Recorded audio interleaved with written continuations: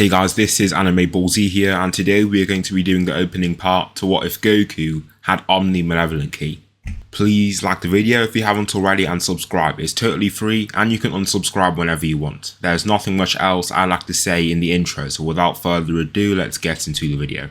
Slick talker since a jet. Winter time, all the time, ooh, yeah. Look at the way that I move, swag. Disrespectful and I'm rude, okay. I had cocaine in the school.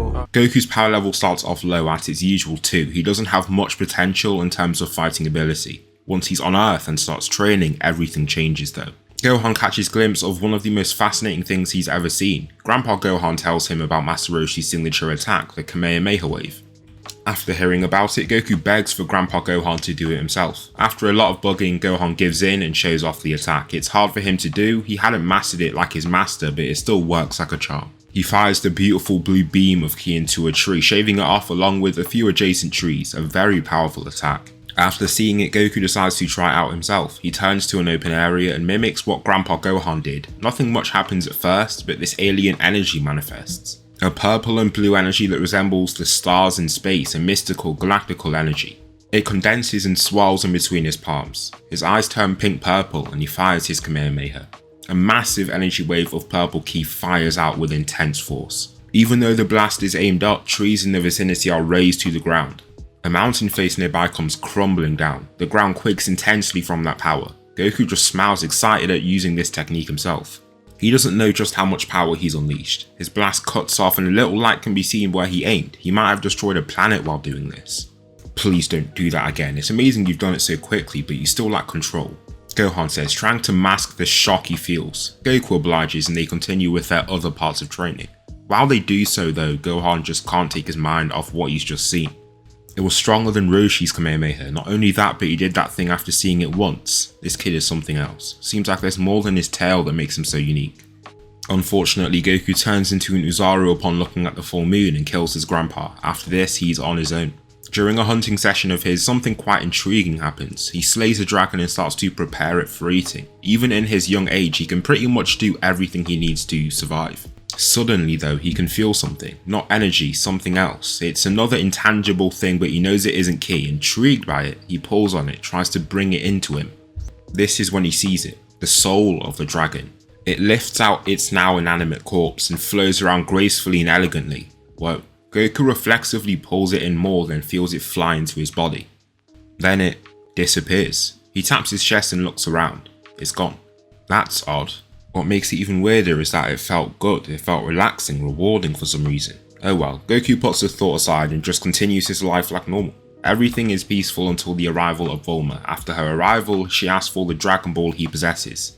That is something that Goku holds very dear. It's not something that he'll just hand over. Even as Bulma approaches, Goku lashes out. It's a malice he doesn't show very often. Now that's Bulma getting too close. He pushes her back using a wave of ki. The wave is a little more powerful than he anticipated. He shatters the car she came over with and launches her into it. He doesn't knock her out or kill her, but does some damage. After doing this, he feels a wave of guilt wash over him. Goku is pure of heart. What he just did wasn't what he should have done. He knows that.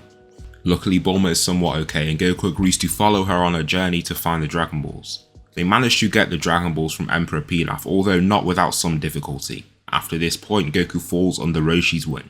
Initially, Goku shows off phenomenal speed. He sprints the 100 meters in under a second, showcasing immense talent. This makes Roshi really focus on his training. He could turn into something great. Krillin is also talented himself. He's just being overshadowed by an alien basically. When Roshi is sparring with Goku, something odd happens. Goku's put up a good fight, but he can't get the upper hand. Just with his ordinary ki, he doesn't pose a threat. Roshi tries to push Goku and get him to reveal all his latent strength, push him to the edge to see if he falls off or pushes forward. Master Roshi sprints toward his newly defeated student. In his advance, Goku roars and lets out this devilish bellow. His eyes turn to purple and a dark grey figure flows out his mouth. Roshi grinds to a halt, terrified. Just what is happening to Goku? The dragon that Goku killed all those years ago is back. It is now a cold, lifeless grey colour, but it is bigger and more muscular. Its scales are tougher and thicker. The dragon lets out a bigger roar, even wilder and more beast-like than Goku. The roar even pushes Roshi. Just what's happening? This urges Roshi to enter his buff state. The dragon takes one long, powerful leap to reach Roshi. It swings down one of its large legs, but Roshi just about evades the initial hit. The incoming leg slams into the ground and causes some harsh rumbling. Roshi grows more alarmed as he continues dodging this dragon's attacks. The dragon has a bloodlust and killing intent that Goku didn't have. He could be in danger here. Krillin can tell something is off. He watches from the sidelines and focuses on Goku as this happens. For some reason, he doesn't look concerned. He just watches with these cold purple eyes. Roshi catches a hit from the dragon and the ground breaks under him. His arms shake. He struggles to keep the leg up. He keeps the leg away initially, but he just can't keep it up for long. His arms are fatiguing. The large scaly leg slowly descends until it starts pressing onto his chest. His leg starts to shake under the force and he shouts from the pain. "Goku, you must stop, this is too much," Krillin shouts. Goku turns over to Krillin and his eyes turn back to normal. Immediately after, the dragon poofs away into a black smoke. Roshi drops to his knees and coughs out blood. Goku and Krillin rush to his aid. As they help him, Goku doesn't seem to have guilt on his face. It surprises Krillin. He thought he'd seem more concerned. "How did you do that?" Roshi asks, holding his chest. "I don't know, it kind of just happened," Goku says. So they call off the rest of their training and Goku goes off to train on his own. Thunderclouds roar overhead and rain falls. While he's on his own, Goku tries to use his power. It felt dark, but it felt good at the same time. Suddenly streams of pink ki flow down his arm and his eyes turn pink. The ki blast fires off and takes out a bunch of trees and takes down a mountain before firing off into the sky and exploding. Now that was some serious power. Goku looks to his steaming hand in the rain and chuckles. This power is insane. This leads him to work on this new energy alone. As he's training though, he starts to feel exhausted and almost hungry. However, eating normal food can't satisfy this hunger. Even with all the food he eats, he just can't get full. At night time, he goes off to work on the OMNIMALEVOLENT ki. He just works on creating energy blasts and deactivating them. Not only that, but bringing the dragon to life. After revealing the dragon, he realizes something. He can command the dragon to do what he wants. If he says stand down, it stands down. If he says attack something, it will do just that. The dragon's almost his very own soldier, bending to his will. That'll be handy. Soon enough, Goku just can't take it anymore. The hunger grows into a biting pain. He goes off into a nearby village just to see what food can fill him up. He stumbles into a butcher and asks for a massive amount of meat. "What are you going to do with all that, little guy?" "Just give me the food," the hungry Goku shouts. He bends down and holds his stomach. The pain grows almost unbearable. "What's wrong with you, kid?" Goku looks up, his eyes purple. He lifts a hand and pushes. The man hits into the back wall of his shop and is killed with that single attack. Goku then pulls and draws his soul in. The soul enters his body and it satiates that biting hunger. He sighs of relief and relaxes from his previously tense state. That's what his hunger is for. Souls. He requires souls to satiate himself. Why would he have to do that? It doesn't make much sense to him at all. Roshi or Krillin don't need to do that. It must be that weird energy that only he has. Goku puts his concerns to rest for now. To get by, he focuses on killing animals and taking out their souls, any animal that he can find. The annoying thing is that it doesn't fill him up as much. It does keep him ticking over though. What's odd is that the more he kills, the less he feels. That remorse, that guilt, it becomes a thing of the past. While that is happening, Goku is becoming alarmingly strong. Goku doesn't show very much, but just from what he's shown, he's way stronger than Krillin or Master Roshi. Soon, the 21st Tenkaichi Budokai arrives and the Turtle Hermit School students breeze through the preliminaries. In the finals, Goku finds himself against Jiran. Seeing it's a dragon, he thinks he could be a good member of his arsenal. He'll gauge his strength in their upcoming bout. Not that he'll kill him or anything, it's just a thought. Goku begins and holds back tremendously. He just wants to find where Giran's level is. The dragon throws a sequence of attacks and Goku seamlessly evades each hit. Then Giran tries to use his special gum to trap Goku, but he's way too strong and easily rips through it. Right after, he lands a picture-perfect sidekick and eliminates Giran from the tournament, and so he moves on to the semi-finals. Here he faces Nam, a resolute man here to bring water back to his village that's in a drought. Goku makes his stance and Nam does the same. Nam starts off with a sequence of punches, but Goku has no issue dodging every single one. A jab fires at him, but Goku elegantly slips to the right. Nam's fist misses his flowing hairs by an inch and leaves him totally open. Goku capitalizes on this. The glowing purple in his eyes brightens and he lands a counterpunch. His own jab lands much more forcefully and sends Nam sliding across the whole arena. That single attack has broken a number of his ribs. Nam's eyes widen from surprise. How does this small boy have such strength and speed? I mean, the speed is more believable, but the power, it makes no sense whatsoever. Nam's body is almost working on its own. His mind is shouting at him to fall, but he needs to win. There is no other option. Even with such conviction, he collapses to a knee. He lightly punches the arena floor, annoyed. He can't stand down now. Just as he looks up, Goku comes rocketing in with a knee to his chin. Nam, unconscious, flies off the arena and is eliminated. That puts Goku in the finals against his own friend, Krillin. Master Roshi did want to teach his students how it is to lose, to show them that there will always be someone stronger than them. But with how strong Goku is, he can't do that, therefore he decides to stay out the tournament. He will need to pass that message somehow though. The two students circle each other for a time, then Krillin chooses to pounce. He throws a 3-punch combination, a double jab followed by a cross. Goku pretty much catches the first 2 jabs, before dodging the right hand by stepping back. He's significantly stronger and faster, so there's little Krillin can do. That doesn't mean he should accept defeat though, he still gives it his all. After a while, Krillin is quite spent. He's backed away for a moment trying to get his energy back. Goku on the other hand is totally calm and isn't the slightest bit fatigued. Goku decides to show a little flair. It's a random thought, but he wants to show off the extent to his abilities. Goku's eyes darken to purple and he roars at the top of his lungs. Extending both arms, his aura flares out wildly, an aura with a mix of colours from pale pink to a darker purple. His power skyrockets, his power level exceeds even 15,000. The ground quakes and the crowd looks mesmerised. This energy and power, they haven't seen anything like it. They thought they'd just be seeing some ordinary martial arts, but they've been open to a whole new world. Krillin just stands there terrified. What can he do against power like this? Not only that, but it feels off, dark, sinister. He can't put his finger on it, but it's there for sure. The aura collapses around Goku's skin, then he pounces. He breaks the arena with his first stride, then lands an effortless punch. Even though his punch is so light, it catapults Krillin off the arena floor.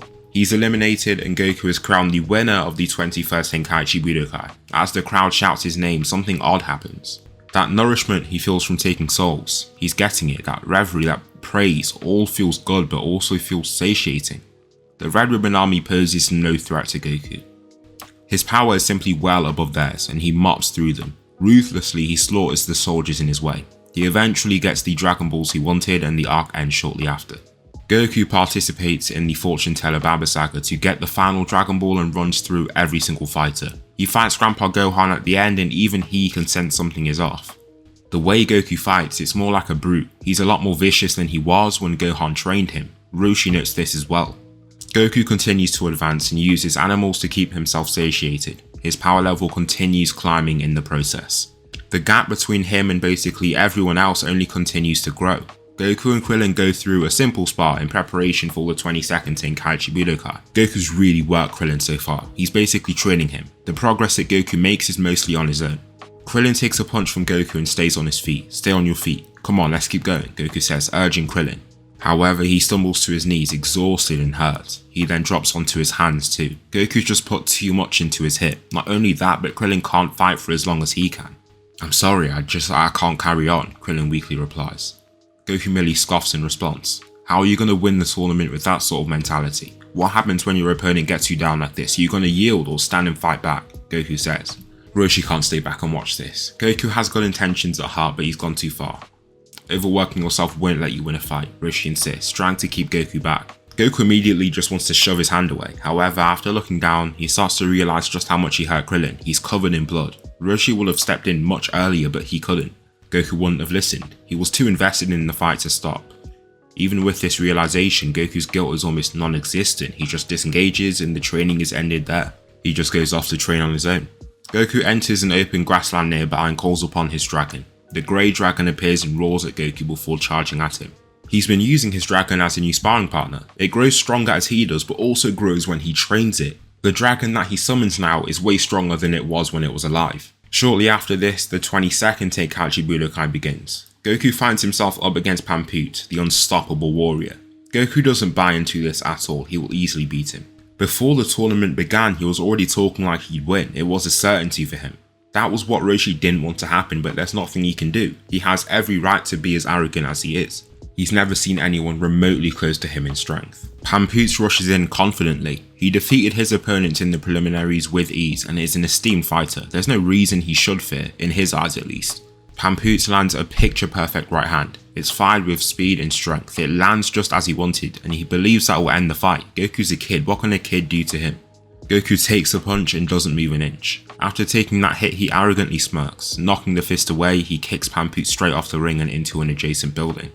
The same boy easily proceeds to the semi-finals. Here, he meets Krillin once again.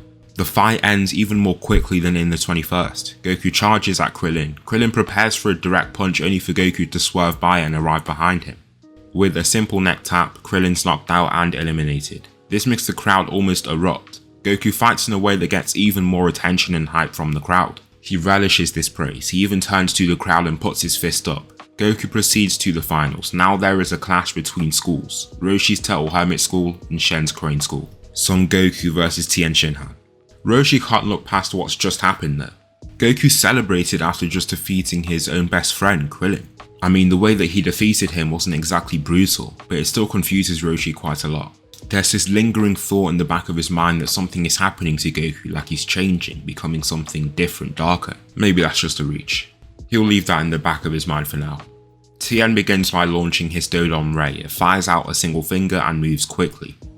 Goku smirks and retaliates with an attack of his own. He launches a one-hand Kamehameha wave. The blast is massive and very powerful. Goku's hair flows back from the released shockwave and his clothes billow. Tien's Dodon Ray is swallowed by the incoming blast and he throws himself out the way. In his attempt to evade, he's hit in his arm. The blast shreds through it and leaves him in great pain. It's gruesome, blood splutters out and he screams out in pain. Lord Shen looks very concerned. How much firepower does this Goku have? He's just a boy, how is he so strong? That attack as well, it looked like Roshi's Kamehameha but a much stronger, darker variant. Goku walks toward Tien who cowers away. Blood sprays out into the gridded arena and Goku kicks Tien off. In seconds, the fight has concluded with Goku claiming his second World Martial Arts Tournament win. The crowd erupts once again and Goku relishes the glory he's achieved. Goku doesn't even show any sportsmanship. Melix rushed to Tien's aid and Goku doesn't give him a second thought. This leads him to get some second looks from his friends. Why would he not care after hurting a fighter so badly like that? I mean, Tien was shouting so loud it was a hard listen. Blood-curdling screams. All that Goku is concerned about is his reception with the crowd. After this fight they have a meal in the city nearby, but Goku has left some things at the tournament. Krillin offers to get the stuff for him and Goku lets him. He does feel like something is off though. Oh well, it's probably nothing. Goku just goes back to eating. Krillin is then found and slaughtered by Tambourine, offspring of King Piccolo, as part of his plan to achieve world domination. Goku soon realizes something really is off. He speeds across the street like a blur. He arrives before someone could even take a breath. There stands a muscular green warrior towering over his fallen brother. Blood falls from a wound on his head. His eyes are lifeless. Krillin has been killed. Goku's eyes flare purple. He can't even control the power anymore. He then looks up at and focuses on Tambourine. There's only one thing racing through his mind: show no mercy. Goku's dark purplish aura takes form. Tambourine thought that he had some form of dark energy, that he was a demon like his father. He is called the Demon King after all. However, this is something else, something on a totally different level.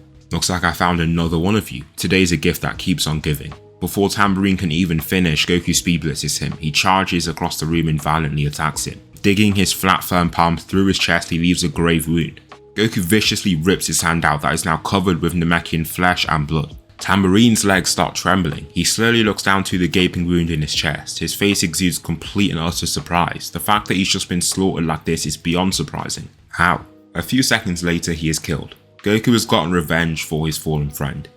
I'm sorry, Krillin. I should have trained you harder. You would have been strong enough to face this man then, Goku thinks, crouching down to him. A single tear doesn't drop down his face. What he feels instead is anger, rage, bloodlust. He's going to find this King Piccolo person and take him down. Goku meets back up with Roshi, Tien and Chaozu. He asks about who these people are. Roshi thinks long and hard. Goku reveals he met some green humanoid individual and that rings the bell for him. There was an old demon, the Demon King Piccolo, that wreaked havoc on the earth. His master, Master Mutaito, managed to seal him using the evil containment wave. An incredibly powerful technique that Roshi himself can also perform. What's wrong? Let's just go so you can do that, Goku says. It's not that simple, Goku. I will lose my life if I do so, Roshi replies. Goku just scoffs. I can do it myself then. That's when Roshi realizes Goku is much stronger. If anyone can do it, it's Goku. Even if he can't, it's worth a shot. So the four of them confront the old King Piccolo. They need to stop him from using the Dragon Balls. If he does, he'll wish for his youth and it could make things more challenging. Even so, Goku shows no fear. Goku slowly walks forward to face his threat, King Piccolo. The large Namekian towers over the small boy and this only adds to his confidence. He smirks. Is this the boy you've put up against me, Roshi? Piccolo asks. Roshi chuckles in response. That boy is no ordinary boy. He's much stronger than I ever was. Piccolo looks up with a straight face after hearing this. Stronger than Roshi? That's interesting at the most. King Piccolo takes a big step forward and smashes his knee into Goku's face. He wants to end this quickly and so doesn't hold back. However, the hit does nothing. Instead, it hurts the assailant. Piccolo retreats a step before rubbing his knee. His face was rock hard and he didn't even move an inch. Piccolo tries again, he throws a cross only for that to cause no damage as well. Goku smiles. I'll show you pain. Goku grabs his arm and squeezes. Immediately he breaks the 2 bones in his forearm and shreds through his muscle fibers. The wound is truly gruesome and makes King Piccolo shout out in pain. He even falls to his knees, his body losing strength from the intense pain. Goku then grabs his face with his other hand. You'll pay for what you did to my friend, Goku roars. He did nothing to you, nothing, he shouts, before squeezing with that hand as well. Piccolo's screams only get louder, they become spine-chilling. Wait, King Piccolo shouts, with blood coming out his mouth. Goku stops for a moment. What do you want to say? If you kill me, those Dragon Balls you want to save your friends will be powerless, King Piccolo weakly states. His face has already been gravely damaged, he's only able to talk because of the adrenaline rushing through his system. He even struggles to say this, the fact that he's begging for mercy from a child. How has he fallen to such a level? You're bluffing, Goku shouts. No, not at all. You want me alive. All those Dragon Balls mean nothing. They are tied to my life. You can try it out, but you won't get your wish, King Piccolo insists. Goku pauses for a moment. Krillin won't be able to come back if this is true. Goku grits his teeth upon realizing this won't be so easy anymore. On the one hand, he wants to avenge Krillin. On the other, the Dragon Balls will lose their power. This still occurs if he kills Piccolo after reviving Krillin as well. Goku just grunts with annoyance upon realizing this. They use the Dragon Balls and Krillin is revived. However, he's revived back at the World Tournament building. Now on to the problem with King Piccolo. Goku drops down to meet eyes with King Piccolo. In them he can sense fear, apprehension. There it is, that warm, nourishing feeling. Like a nice piece of firewood added to his flowing embers, invigorating them, energizing them. You're going to have to teach me that technique. Before he can though, Piccolo shoots out an egg into the distance. What's that about? Goku watches it fly away and then looks back to Piccolo. Once he does, King Piccolo uses his super explosive wave. A massive wave of ki erupts from his body and takes out the land in the vicinity. As for Goku though, it does very little. In his attempt to take Goku with him, he's merely taken his own life. Not all is over though. In that egg is his reincarnation, who has the sole purpose of killing Goku, Piccolo Jr.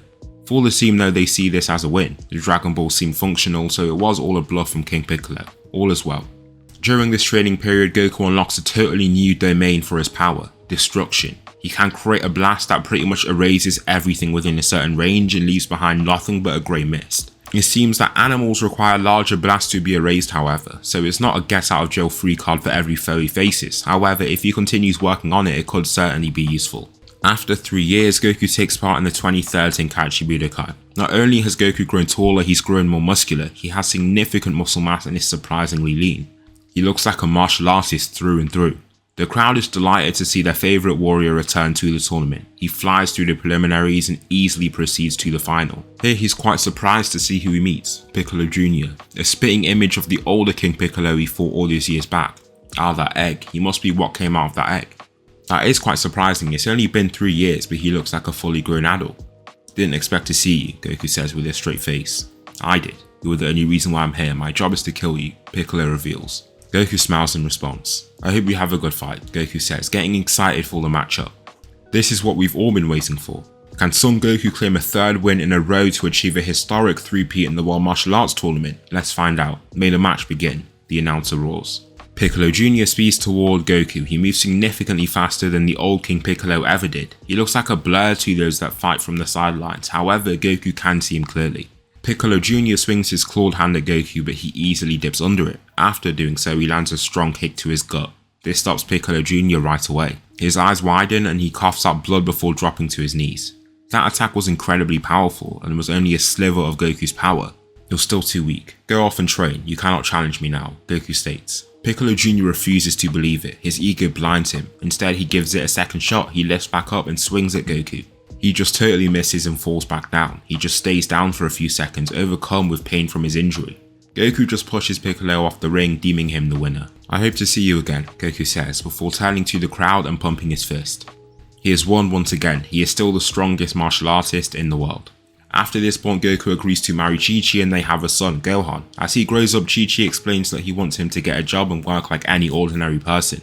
Why would he do that? Gohan isn't an ordinary kid, he's a Saiyan and his father is the strongest person on the planet. He's going to use his strengths and help protect the world. Goku could just force someone to give them money to keep themselves afloat. That thought shocks Chi-Chi. It makes her think twice about Goku as he changed, casually stating he can extort money from people for their own gain. This isn't the Goku that she knows. They decide to leave it behind while Gohan is still young. Nothing is certain so far. After 5 years, Goku's brother Raditz arrives. He kills the farmer with a shotgun, then finds someone, Piccolo Jr. He's a Namekian and so fears nothing. He just goes to scan his power level. The number he sees leaves him shocked. How? From a Namekian? No, that can't be possible. His scouter has to be malfunctioning. He checks it again and finds the exact same number. 7,000. Who are you supposed to be? Piccolo asks. Piccolo can read energy and so knows Raditz is of no threat. Raditz, trembling, almost stumbles. He literally almost faints from the fear and shock of the situation. A Namekian stronger than Nappa. No, this can't be right. He tests it and fires an energy blast at the Namekian. It hits him and a cloud of smoke appears from the point of contact. Raditz breathes heavily with his arm extended. He put a lot of effort into that strike. He was hoping to take him out quickly. Much to his dismay, however, the cloud parts to reveal an unharmed Piccolo. Not even his clothing has burned from the blast. Piccolo merely smiles upon seeing him. He gives this man a closer look and sees a waggling tail. That reminds him of the sole person he has to kill, Goku. Goku? Raditz doesn't reply immediately, irritating the Namekian. Who are you? I'm his brother, Raditz. Raditz shakily responds, still lightly shaking. Bring me to him, Piccolo states. Raditz isn't going to ask any questions. If this keeps him on Piccolo's good side, he'll oblige. Looking around with his scouter, he senses a strong signature in the distance. He makes the claim that Goku's in that direction, then Piccolo blasts off. After that, Raditz just looks down and thinks for a second. What's just happened?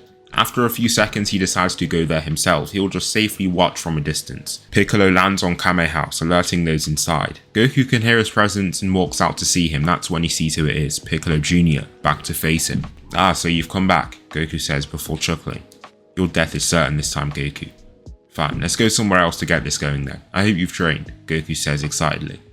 He can't wait to get a good fight in. It's just not something he gets very often. Those around him are simply much weaker and so pose no threat to him in sparring. Piccolo might actually give him what he wants. However, the Namekian doesn't want to play his game. Instead, he lifts his hand and fires a blast at Krillin behind him.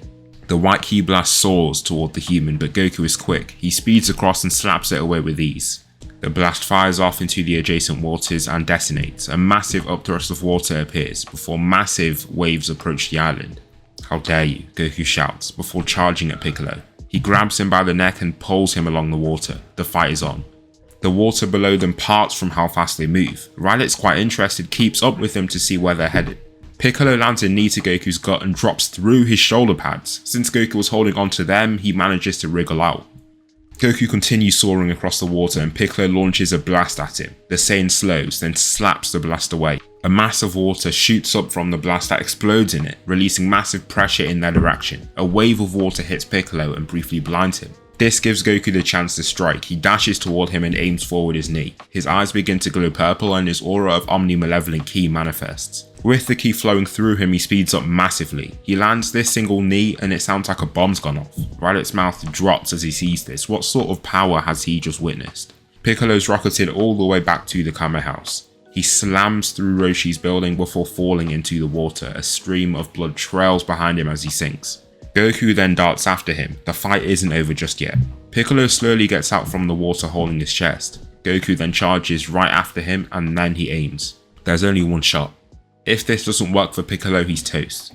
Piccolo takes aim and fires off his new attack, the Special Beam Cannon. It charges up and shoots toward an incoming Goku. It moves incredibly fast, much faster than Goku moves. The blast goes straight through his chest. He takes in a gasp, then falls from the air. A smile shows up on Piccolo's face. Goku looks down to the gaping hole in his chest. This can't be real. How did Piccolo shoot such a fast beam like that? Goku's thoughts start to fade as he loses consciousness. He stumbles to the floor and passes out before dying. Piccolo has achieved his purpose. He has murdered Goku. Piccolo Jr. breaks out into a maniacal laughter, elated at his victory. Raditz, watching from above, can't believe what's happened. Piccolo was clearly weaker than Goku. He can't even react to the kick his brother threw. But then out of nowhere he shot this weird beam and killed him. He's starting to realise there's a lot about this world he doesn't know. The power, the techniques, all so alien to him, so dangerous. Piccolo zooms up and meets Raditz up in the air. He freezes in his presence. The fear overwhelms him. Piccolo grabs him by his neck and squeezes. Raditz flails around and struggles for air. Now you die, Piccolo says before putting a palm to his chest. Blasting through him, he kills Raditz with ease. Piccolo has won. He has avenged his father. Then he turns to the people at the Kame House. He looks in their direction for a second or two before flying away. They're of no interest to him. Krillin sighs of relief. They're still alive. More than anything, they're shocked at the events that have played out. Piccolo Jr. killed Goku of all people, and this weird person came out of nowhere. To investigate, Krillin takes his body from the water. We're gonna need to get the Dragon Balls to revive Goku. Yeah, but I wonder what this thing is, Bulma says, dropping down to grab Raditz's scouter. So the group round up the Dragon Balls and revive Goku. He returns to life with a gasp. Then he immediately stands and thinks back to what happened. He died. Piccolo. He lifts into the air and looks around for any sign of him. He's nowhere to be found. Oh well, once he finds him, he'll make sure to take him down. However, once he tries to fly off, he nearly passes out from exhaustion. No, it's happening again. That annoying hunger for souls. He looks around for any life, but finds nothing. Using what remains of his energy, he leaps toward the adjacent society. He softly lands in a city, then rushes into an alleyway before anyone can notice. Here, he finds someone walking through this alleyway, a shortcut of sorts. Goku can't think rationally in this moment. The pain he feels is unlike anything he's ever felt before. And for a warrior like Goku, that says something. He can't control himself now. Goku reaches in and grabs the person by his head. With a squeeze, it's all over. He pulls the soul out the corpse and absorbs it. Then he flies up and disappears without a trace. As he flies off though, he looks at the human blood on his hand. A second time, an innocent has fallen due to his urges. Can he fault himself for this though? He wouldn't have died if not for his instinct. It's not like he wanted this hunger. Goku just shakes his hand, tries to wipe the blood, and makes his way back home. Did you hear that? Dragon Balls that can revive someone, Vegeta says, while chowing down on the meat of an alien species he just wiped out. The air is thick with the stench of blood from their recent massacre. Him and his comrade Nappa have decided to take a short break after completing their duties. So that wish for immortality of yours isn't a pipe dream anymore, Nappa says while inspecting his own drumstick. Vegeta finishes off his own slab of meat before lifting. I don't want to waste any more time on this planet. Let's go, Vegeta says. Back on Earth, the world is pretty much back at peace. However, Goku begins training his son Gohan. He's not going to be some academic, he's going to be a warrior. It's in his blood. Once they start training, Gohan even likes it and sides with his father more on the subject. Gohan says he can study in his spare time, but Goku doesn't even want that. Then he does remember that even Grandpa Gohan taught him things. Foundational education is good. Therefore, he rather begrudgingly allows it. As for the training, it's hard, very hard. Gohan thinks it's just what he needs though. I mean, that's what his father says, and since he's so young, he just believes it. In a few months' time, Gohan's power level lifts to 4,000. He's climbing and climbing fast. After 10 months, his power level has reached 10,000.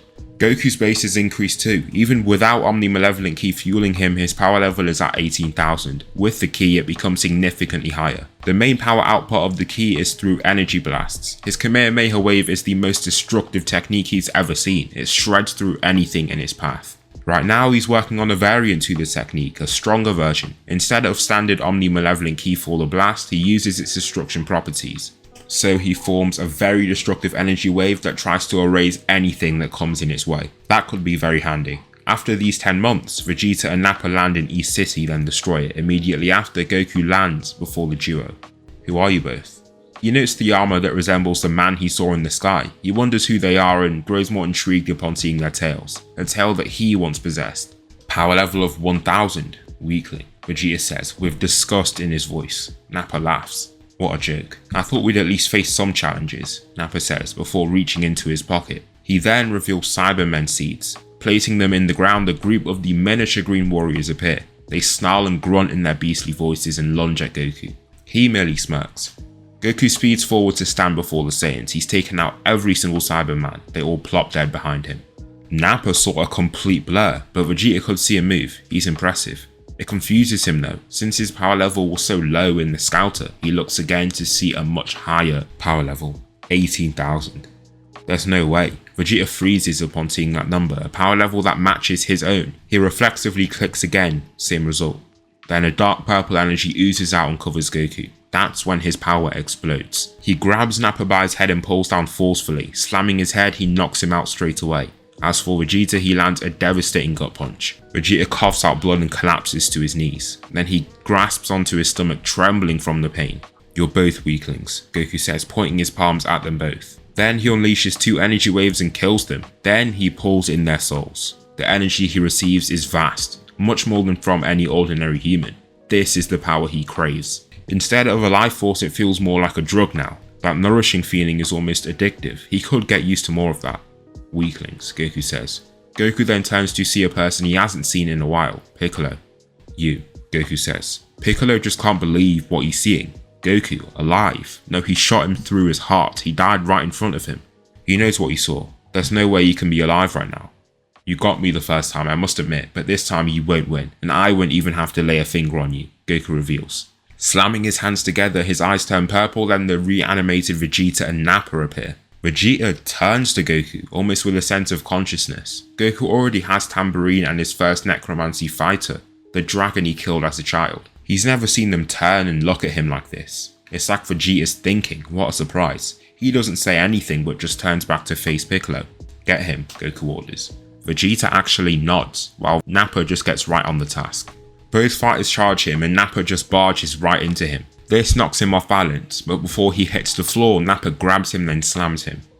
The Namekian hits the floor and grunts in pain. Nappa lifts him then chucks him up. Vegeta comes charging in and lands an elbow. It hits Piccolo on his jaw and sends him spinning on his vertical axis. He sends Sausage rolling across the terrain but slows and surveils the surroundings. He tries to find a way forward. Piccolo shoots his special beam cannon out of nowhere at Nappa. It fires through his chest and he poofs away into a black smoke. Piccolo tries to do the same to Vegeta, but he's quick enough to evade it. Not only that, but he predicted him and anticipated his movement. Sidestepping, the beam cannon fires past him. Vegeta speeds forward and lands a strong cross. He moves too fast for Piccolo to react. Vegeta lands this single punch and throws Piccolo off balance. After bending to the side, Vegeta lands a strong left hook followed by an uppercut. This uppercut shoots Piccolo off his feet and breaks some of his teeth too. The Namekian falls back down, with a few extra teeth falling out. Vegeta really did a number on him, and only with a small handful of attacks. The Saiyan slowly approaches with a smug smirk on his face. Piccolo doesn't even have the strength to look up at him, physically or mentally. Still too weak. You won't get lucky like the first time, Goku says, before flying off. Vegeta stares down at Piccolo and they lock eyes for a second. He looks grey and like a corpse, but there's this inquisitive, confused look on his face. That's the last expression this reanimated body has before vanishing. Piccolo turns, looking back at the grass below him. He lightly shakes his head, totally disappointed with himself. Even with all of his training, he couldn't beat Goku. He'll win again. He will. Across the planet, Goku continues training Gohan. He punches Gohan down and he spits out blood after. Still too slow. What happens when someone that wants to destroy the planet does that to you? You need conviction and you need to think. Gohan was a fan of the training for a time, but it only got harder. Goku's taken it way too far. Is this really how hard training has to be? His father isn't training this hard himself. Chi-Chi biting her fingers watches from the sidelines. Goku just seems so scary and irritable now. All she can do is watch. Gohan even looks toward her, but he knows she can't do a thing. He slowly raises before Goku knees him back down. Goku, come on, you don't need to be going this far, Krillin says, now at Chi-Chi's side. Goku looks toward her then to Krillin. Oh, so this is his wife's doing. She's gone behind his back to bring Krillin here to try and stop his training. Nobody here knows what it takes to be strong. Yes, the training is hard, but you still through it, so it helps you grow. Just because you don't know how to train. This is what he needs to be strong, Goku shouts. Is that what he wants? Don't you think rest helps? No, I know what is right. I am as strong as I am and you are as weak as you are for a reason, Goku shouts. He's overcome with an anger and fury Chi-Chi didn't used to see from him. As he shouts, his eyes start to glow purple. Not only that, but pink flashes of energy float over his clothing. Krillin takes note of that. Then he rushes over to block a fallen Gohan from Goku. He stretches out his arms. If you want to continue training, you'll have to go through me, Krillin says. Fine, if that's what you want, Goku roars before taking the swing. He doesn't hold back. It's pretty obvious what this causes. Krillin's head snaps out of place and his neck snaps from this single punch. He's been killed with that single hit. Goku just stands over his fallen friend, puffing and puffing from anger. His eyes glow brightly purple, then he almost comes back to his senses. His eyes lose their glow, then he steps back. Chi-Chi starts screaming and Gohan is lost for words. Krillin, Goku's best friend, is dead at his own hand. Not only that, but he's already died. He can't be revived with the Dragon Balls. Goku doesn't want to be around anyone right now. He flies away as fast as he can, leaving Chi-Chi and Gohan to handle the situation. In his flight, he thinks over what's happened. He let his anger get the best of him. His best friend. How did he let himself get so out of control? Goku shouts in his flight, moving faster to take out his anger. A massive cloud of air bursts out as he breaks the sound barrier and he parts clouds as he moves. As he continues flying, someone appears in his way. Tien. What do you want? Goku asks, with welling eyes. We're gonna need your help. I know what you did to Krillin. If you want him to come back, you're gonna need to help us. Tien claims. How can you do that? The Dragon Balls are gone. They were tied to Piccolo's life, he retorts. No, we can go to the planet that Piccolo came from. There could be Dragon Balls over there. Goku remains silent for a moment. He muses over the proposition. It seems plausible. Maybe it will help to deal with this lingering, stinging guilt. Bulma locates Kami's ship and works on it to make it fit for travel. She creates her own UI to operate the ship, and then Tien, Goku, Bulma and Gohan get ready to leave. During this journey, Goku works on meditation and controlling Omnimalevolent King. After about a month, Goku and his friends arrive on Namek. They take in the nice scenery for a short moment before they're found by Frieza soldiers. They scan Goku's power level and chuckle at the low reading, 1000. This will be easy work for them. One soldier lifts a gun-like object on his arm to fire at Goku. Goku just slaps away the incoming blast with ease. In that movement, he lifts his power level. That leaves the other soldier shocked. He reads a power level of 6000. How did he do that? How did he just increase his power level? That makes no sense. This is his last thought, as Goku stabs through his chest before he could have another. He blasts the other soldier, killing him. Give me the radar, he says. Goku is extremely confident. He doesn't see any chance of someone challenging him. His only challenge was Piccolo, but he wasn't that close to him. He got lucky with killing him. Once he locates the Dragon Ball, he signals for Gohan to follow. He does just that. The two of them fly off and find themselves watching Dodoria and Zarbon. Upon approach, Goku slows and stops. The signature that he feels is unlike anything he's ever felt. That level of power is insane. How could this be real? He thought he was strong, but this is on a totally different level. He looks at his son beside him. How could he show such weakness in front of him? No, he won't do so. Therefore, he hides his concern and continues. They land and hide, then watch what happens. Dodoria slaughters these innocent Namekians. Gohan can't do anything, even Goku is bothered by this. At least he's had a reason for killing those two humans. This pink warrior had no excuse. Both can't stand to watch any longer. The father-son duo dart down there and get in between the Namekians and Dodoria. Goku blocks the Namekians from Dodoria, but Gohan goes straight for the fighter. He kicks him in his chest, launching him back and through a home. The strength behind that kick is immense, even Goku's surprised.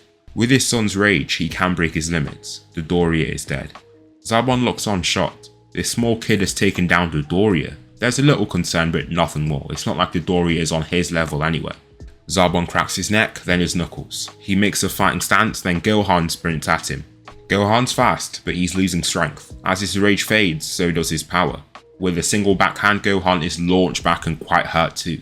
He doesn't just stop though, he leaps back at Zarbon only to receive a knee to the gut, then an elbow to the jaw. That pretty much takes him out the fight. After Zarbon lands that hit, Goku takes over. He sprints past his son, then kicks Zarbon right on his armor plate. His tough soul crashes into his armor and shatters it on impact. Fragments of armor fly out in various directions and Zarbon wheezes from pain. He stumbles down, keeping himself up with an arm. The power behind that strike was mental. He then looks back to the Emperor, Frieza. To hide any cowardice, he lifts and puffs up his chest. Then he starts his transformation. His pretty appearance changes into a more grotesque one. His body grows larger and more muscular. His strongest form is here. Zarbon charges at his new foe, then both warriors clash. Actually, Goku is thrown back by this initial hit. A punch comes flying toward him, but he predicts and dips under it. Even so, he barely does. Immediately after dodging, he's hit by a kick to the face. Before he flies back, Zarbon grabs him by the neck of his shirt and pushes down with his weight. He's fiercely slammed and quite hurt by that. He grunts in pain, then tries to get Zarbon's hand off him. He's unable to do so. Alright then, he thinks. His omni-malevolent ki takes form. The powerful aura of darkness manifests, fueling his body. He smiles. The fight is his to win now. Goku shoves Zarbon back and even lifts him off his feet in the process. After throwing him back, he lands a vicious backhand that drops him. Zarbon collapses down before getting kicked in his face. This throws him back upright, then Goku firmly shoves him. This doesn't just throw him back a bit, this push launches him toward Frieza and he slams into his pod. Oh my, Frieza says, watching this. Zarbon looks to Frieza and has this look of mercy, like he should do something.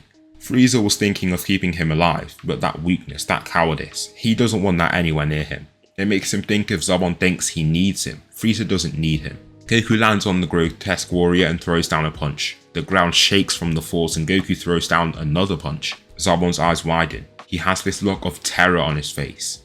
Please, please. All he can do is beg for mercy. He tries to get up from under Goku, but he's too strong. With a single foot on his chest, he's planted. Zarbon opens his mouth and launches an energy blast. Goku slaps it away like it's nothing. Taking his other leg, he stomps down and gruesomely crushes his skull. The job is done. After doing so, he pulls and takes his soul too, nourishing him.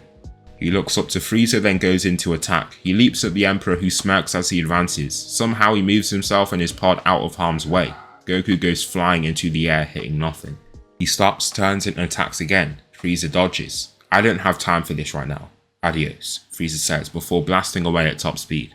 Goku tries to chase after him, but once he tries to, he's already gone too far. That man, his strength, he's going to be a problem for them for sure. Gohan takes Dende with the group and he talks to them about Guru. He has a Dragon Ball, that'll be good. Goku then takes him to go there. For now, Gohan's going to stay with Bulma to protect her. Tien tags along as well. He's bummed out to see they got into a fight without him. He didn't come to Namek to wait around. He's been training and he wants to test himself. They arrive at Guru's palace and he hands them a Dragon Ball. Then he offers to unlock their potentials. Guru goes in to place his hand on Goku's head. After a few seconds he can feel something. He looks through the darkness and finds this purple ember. Guru inspects it more closely. What is this? Suddenly it flares out and becomes the face of a demon itself. It roars at him with great intensity and volume. Guru retracts his arm to see Goku now engulfed in a purplish aura. That evil, that malice, it's unlike anything he's felt. Even from Frieza's ki he doesn't sense that. It's weird because around this energy he felt something else. Purity. An energy void of any negativity or evil. How could that be possible? It confuses him, but he offers to unlock his potential anyway. He might not be pure of heart, but Goku has been fighting Frieza's soldiers, so will be of great help to the Namekians. He unlocks Tien's and Goku's potential. Tien's power level skyrockets to 20,000, a massive increase. Goku's base power level rises to 40,000, a large increase as well. With this strength, that will aid in their efforts.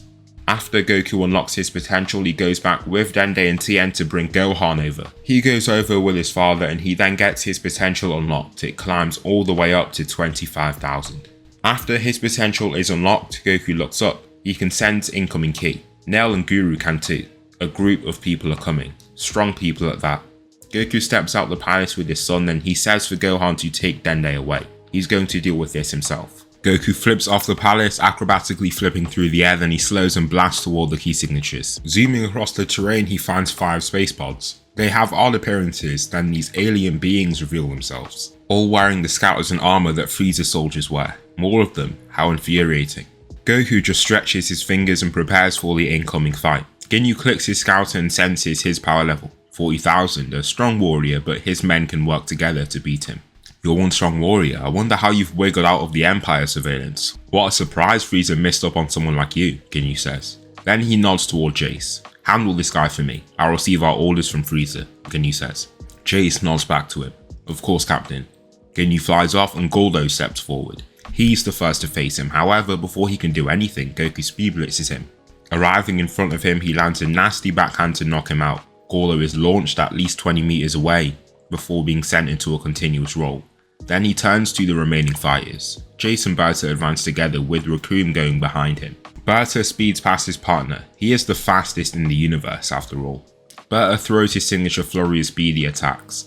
Goku takes a combination of attacks and they do hurt quite a lot. Not only that, but they're thrown very quickly. For the signature he senses from him, he can move very quickly. However, it means he's a little weaker than he should be. Goku floods OMNIMALEVOLENT ki through his body, then evades an incoming cross. He then grabs the wrist. He slowly squeezes. Berta tries to free himself but cannot. A crushing force is applied onto him and he screams in pain. Yanking at his arm, it is to no avail. Looking up, he then sees Goku's cold, dark purple eyes.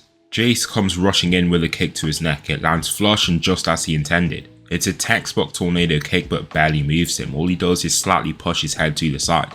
Ginyu sensed a 40,000 power level from him, didn't he? Then what is this? Raccoon fires out a mouth blast from behind Goku and it lands on his back. It does burn through the clothing but does no damage to his actual body. Goku himself then yanks on his arm and lands a swinging elbow. Bert is killed with that single punch. It just had too much weight behind it. Next, he turns and kicks Jace in his chest. He cracks his armor, then breaks it with his subsequent punch. Jace stumbles back, eyes wide from shock and pain. He looks down to his broken armor. Many of his ribs are now broken. Goku turns around to an advancing Raccoon. He merely smirks. The purple ki flowing over his skin condenses ahead of his palm. It turns to a brighter white with a gleam of purple energy around it. The pulses of energy in air as this blast is formed sends the surrounding grass flowing and wobbling. He launches the blast and it hits Raccoon square in his chest. The ball detonates, then violently condenses. It's like an implosion of sorts. Once it implodes, nothing remains of Rakum and the adjacent terrain. He's been erased. Over here, a voice shouts from behind him. Goku turns. It's the man that flew away a few minutes ago. I'm your new opponent. It won't be as easy as with my men. You're strong, I must admit, but not on my level, Ginyu says confidently, with a puffed up chest. He walks toward Goku, who then moves forward. He turns to a blur for the captain and he stops just ahead of him. Ginyu stops and looks frozen. His look of confidence washes away immediately. How did he? Upon scanning his power with his scouter, it shows a totally different reading. 350,000. Goku smiles upon seeing his fear, this cowardice. All of it fuels him, just like when he takes souls. When he terrorizes them, it has the same effect. Goku pounces and violently strikes Ginyu. A single punch throws him off his feet and launches him. He races after him, then kicks him down. Ginyu shouts in pain after getting slammed, his chest now crushed from the impact. He receives a flurry of punches. It's an intense beatdown. Once Goku's done, he really is finished. Before he could even use his body swap technique, Ginyu has been defeated. Ah, you've done quite well, haven't you? A voice says. Goku turns and sees the small man he'd seen before. My name is Frieza. We meet again. So, you're the one that's been taking the Dragon Balls, Goku says. You're right. I can see you're gunning for them too, but sadly you're under the jurisdiction of my empire. You must hand them over to me, Frieza says. Goku doesn't immediately respond. Frieza then signals with his hand. Don't make this any harder than it needs to be, Frieza says. Goku just doesn't buy it. Why should he have to listen to this man? He's caused so much destruction across the whole planet. At least he has good intentions with them. Goku believes that Frieza doesn't. Being totally honest, that isn't Goku's main concern. He just wants to test himself. This man is extremely strong and is about to give him the best fight of his life. Let's see if all that training was worth it. Goku crouches down and fuels his body with Omnimalevolent Ki. His dark, powerful aura of purple energy manifests and flares around him. His muscles grow larger and more vascular while his hair flows wildly under this strong pressure. Goku's letting everything loose. His power level climbs and climbs until it reaches its top level, his full strength. His power-up catches the attention of everyone on the planet. Nail can't believe what he's sensing. Goku is much stronger than he expected. Somehow he's able to go far beyond his base strength. Interested, he steps out the palace and looks in the direction of the fight. The same begins. He moves with great pace and leaves a dark trail of ki in his wake. Frieza doesn't shy away from the fight either. Both fighters charge at one another, then clash in the midpoint between them. Their clash throws out grass and rock. Both fighters land and exchange a sequence of attacks. Frieza throws out a punch, but Goku slips to the left and evades. After, he lands a strong palm slam to his chest. This throws the Emperor back, but he spins right after and swings with his tail. It strikes Goku in his face, knocking him to the side. Frieza, once landing, throws out a strong front kick. His attack is heavily telegraphed, however. Goku could see him loading it up from a mile away, so he lifts a forearm and takes the impact. It's not easy to endure, however. It sends him sliding across the blue grass. Goku switches his approach. He lifts his hand and uses his most prized technique, Destruction. A white-pink ball of energy fires at Frieza. Before it hits him, he uses his death beam and pierces the incoming blast. This disperses it and detonates it early. It explodes violently and burns through the earth in the vicinity. This concerns Frieza. Goku can see it on his face. This could work in his favour. Frieza doesn't know his abilities and that gives him tricks up his sleeve. The two warriors charge back at one another, with no one getting the upper hand on the other. The gap between them only appears once Goku tires out. He doesn't fight with this intensity at full power very often. He does so in training, but it's totally different in the heat of battle. Frieza falls back and so does Goku. They pause their battle for a short moment. Goku is breathing rather heavily, having expended volumes of energy. Frieza on the other hand smiles. This is only the beginning. Well done. You'll be the first person other than my father to see this form of mine. Frieza starts to shout and begins his slow transformation. He balloons in size and enters his second form. Now twice as strong, the tables have turned. Frieza speed blitzes Goku and lands a kick. He sends Goku flying, then darts right after him, and he drives his knees into his chest, slamming him. Immediately after, he grabs his head, then chucks him. The large fighter leaps up and delivers a ruthless combination of punches. Each one lands hard and quick. Goku's unable to resist. Eventually, he turtles up, but it's too late. He's already received so much damage. Next, he receives yet another swinging kick and is arrowed back down to ground. Goku's vision has blurred out. He feels weak and has an intense pain from inside him. Frieza slowly descends, blocking out one of Namek's sons. This makes him look like a silhouette of sorts. Landing next to Goku, he grabs him by the neck and lifts him to his eye level. Frieza maniacally smiles, filled with newfound confidence and ego. Goku thought he'd done something, but he falls under his will all the same. The Emperor wins. However, Goku feels something weird. As he starts to lose consciousness, it makes him look within. There's a darkness, and that's when he sees it, the souls he's acquired. Goku inspects one of them, the soul of Zarbon. He latches onto it, brings it in. The dark ghoulish figure howls as it is moved. It is a dark, airy sound. Goku viciously digs into the soul. He can feel himself tearing through it, then he rips it apart. The darkness then turns into a blinding light accompanied by extreme heat. It's like he's throwing coal into a furnace. What comes after is the raging flames. From Frieza's perspective, he sees dark grey light coming out Goku's eyes and mouth. This along with a beastly ominous growl. What is going on? He backs away, apprehensive. Goku then looks down and feels his consciousness return to him. He then shouts and a midnight black aura engulfs him. His skin is paler and his irises glow a dark purple. Goku's unlocked the next step in his powers, the Soul Furnace.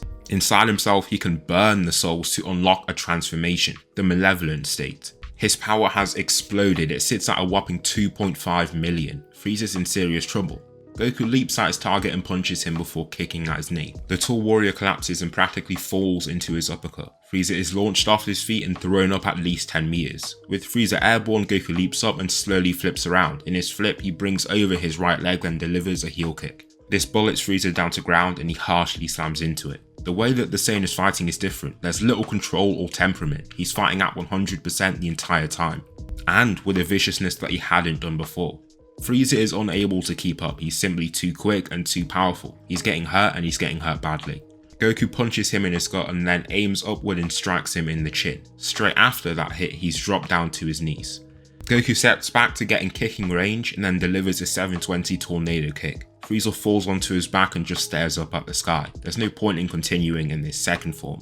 He's going to take things up a notch, so this is exactly what he does. The Emperor lifts and begins his transformation into a higher state. Goku simply watches, almost lifeless. His mind has dulled down. He's entered a state optimized for violence and power, not intelligence. He doesn't even think about what could be happening. He just waits. Frieza transforms into his third form, now nearly equaling Goku in strength again. The two fighters charge at one another and simultaneously land right crosses. After being both thrown back, Goku throws out an energy blast. Frieza knocks away the shuddering black energy ball, then slaps away another. The two energy balls zoom away, then explode a little distance away from them both. Frieza turns upon hearing the explosion. Then he sees the mushroom clouds that appear. If he was hit with that, he might have been seriously hurt. Not only that, but he looks to his forearms. They're bruised. Slapping those blasts away wasn't easy on him.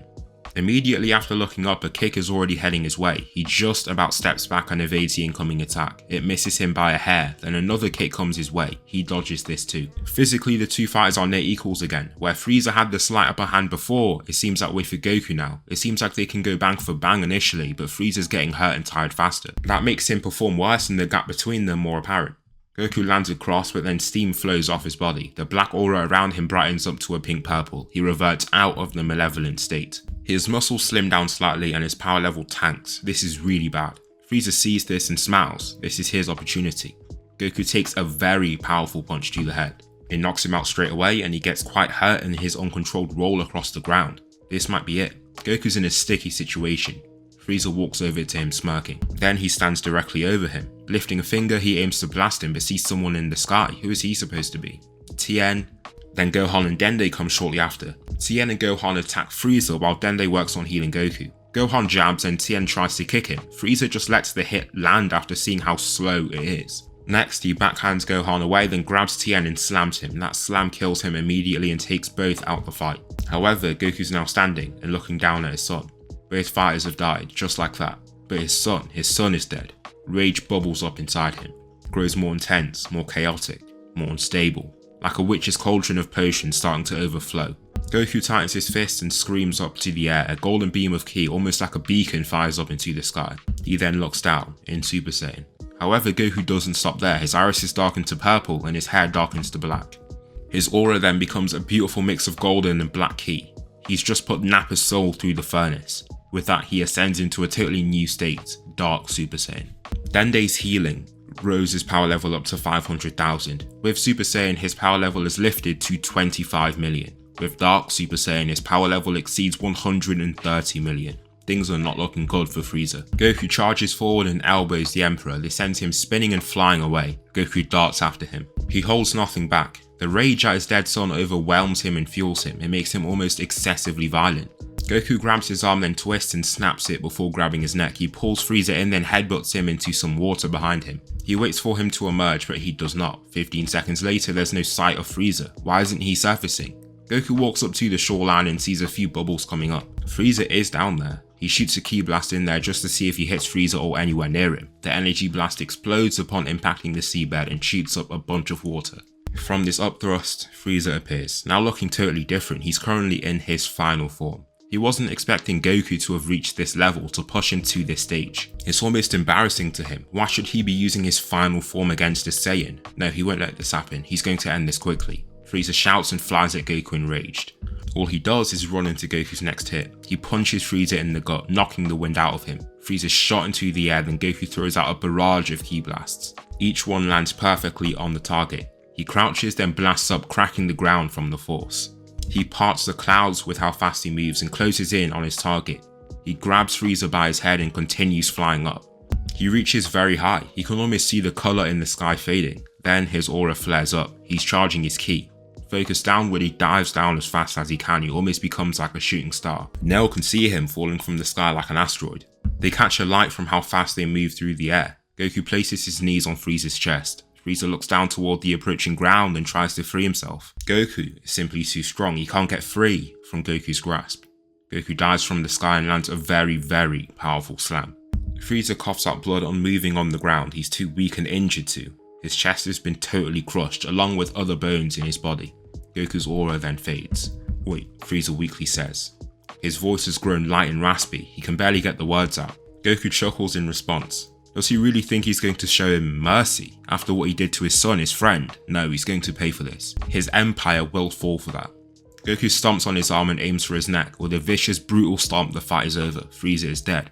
Goku can feel a soul lingering over his corpse and he pulls it in. It's almost hard for him to do so. He tugs on it and it slowly raises, then he funnels it into his body. Goku shouts immediately after. His veins grow visible and large. He can feel an intense energy that he struggles to control. Frieza's soul is extremely powerful. He was from a strong race and was a genetic mutant as well. The soul almost starts to attack Goku.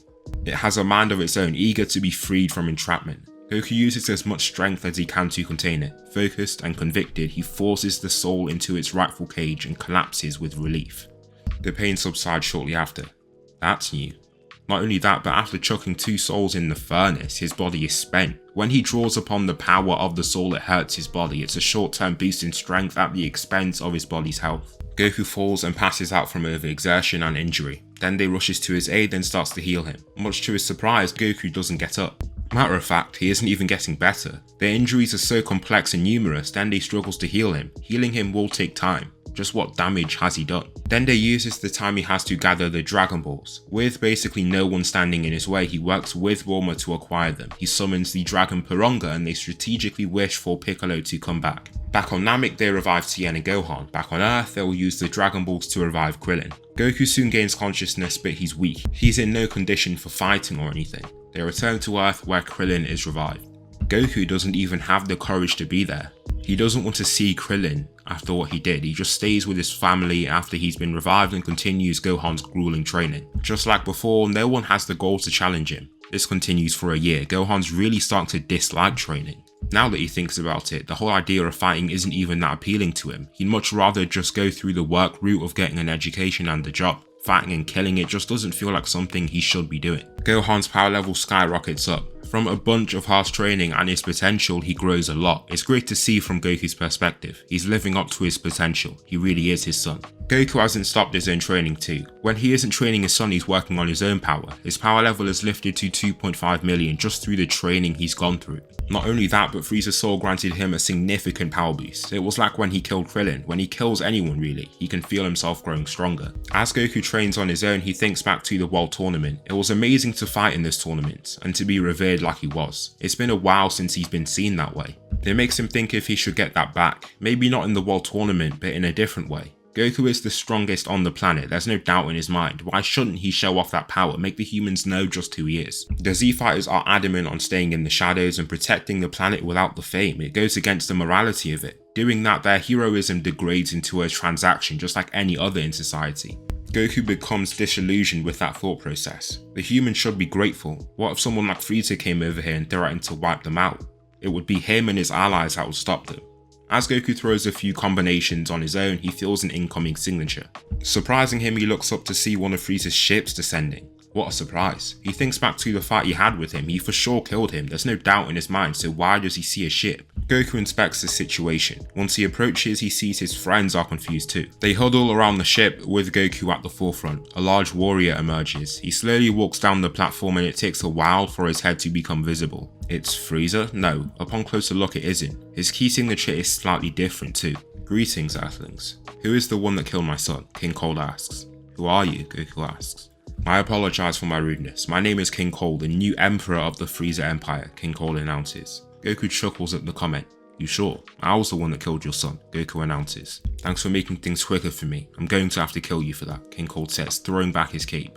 Goku smirks. There's no chance he can lose now. He's not the same person that killed Frieza. He's reached a totally different level. I wonder what trickery you used to defeat someone like my son. You must be interesting, King Cold says. Goku sweeps back a leg and slightly crouches. Then he exhales calmly before unleashing his full strength. He ascends into Super Saiyan. He won't need Omni-Malevolent Ki. He finds it very difficult to mix it in with Super Saiyan. Since the form already takes significant stamina, it's hard for him to use his energy sapping Omni Ki with that too. Goku utterly speed blitzes his foe. King Cold can't even see him coming. He lands a punch to his gut, then swerves to arrive behind him. King Cold grabs his gut in pain. His eyes have become bloodshot as he struggles to contain himself. He slowly turns to look at Goku, who stands powerfully and nonchalantly.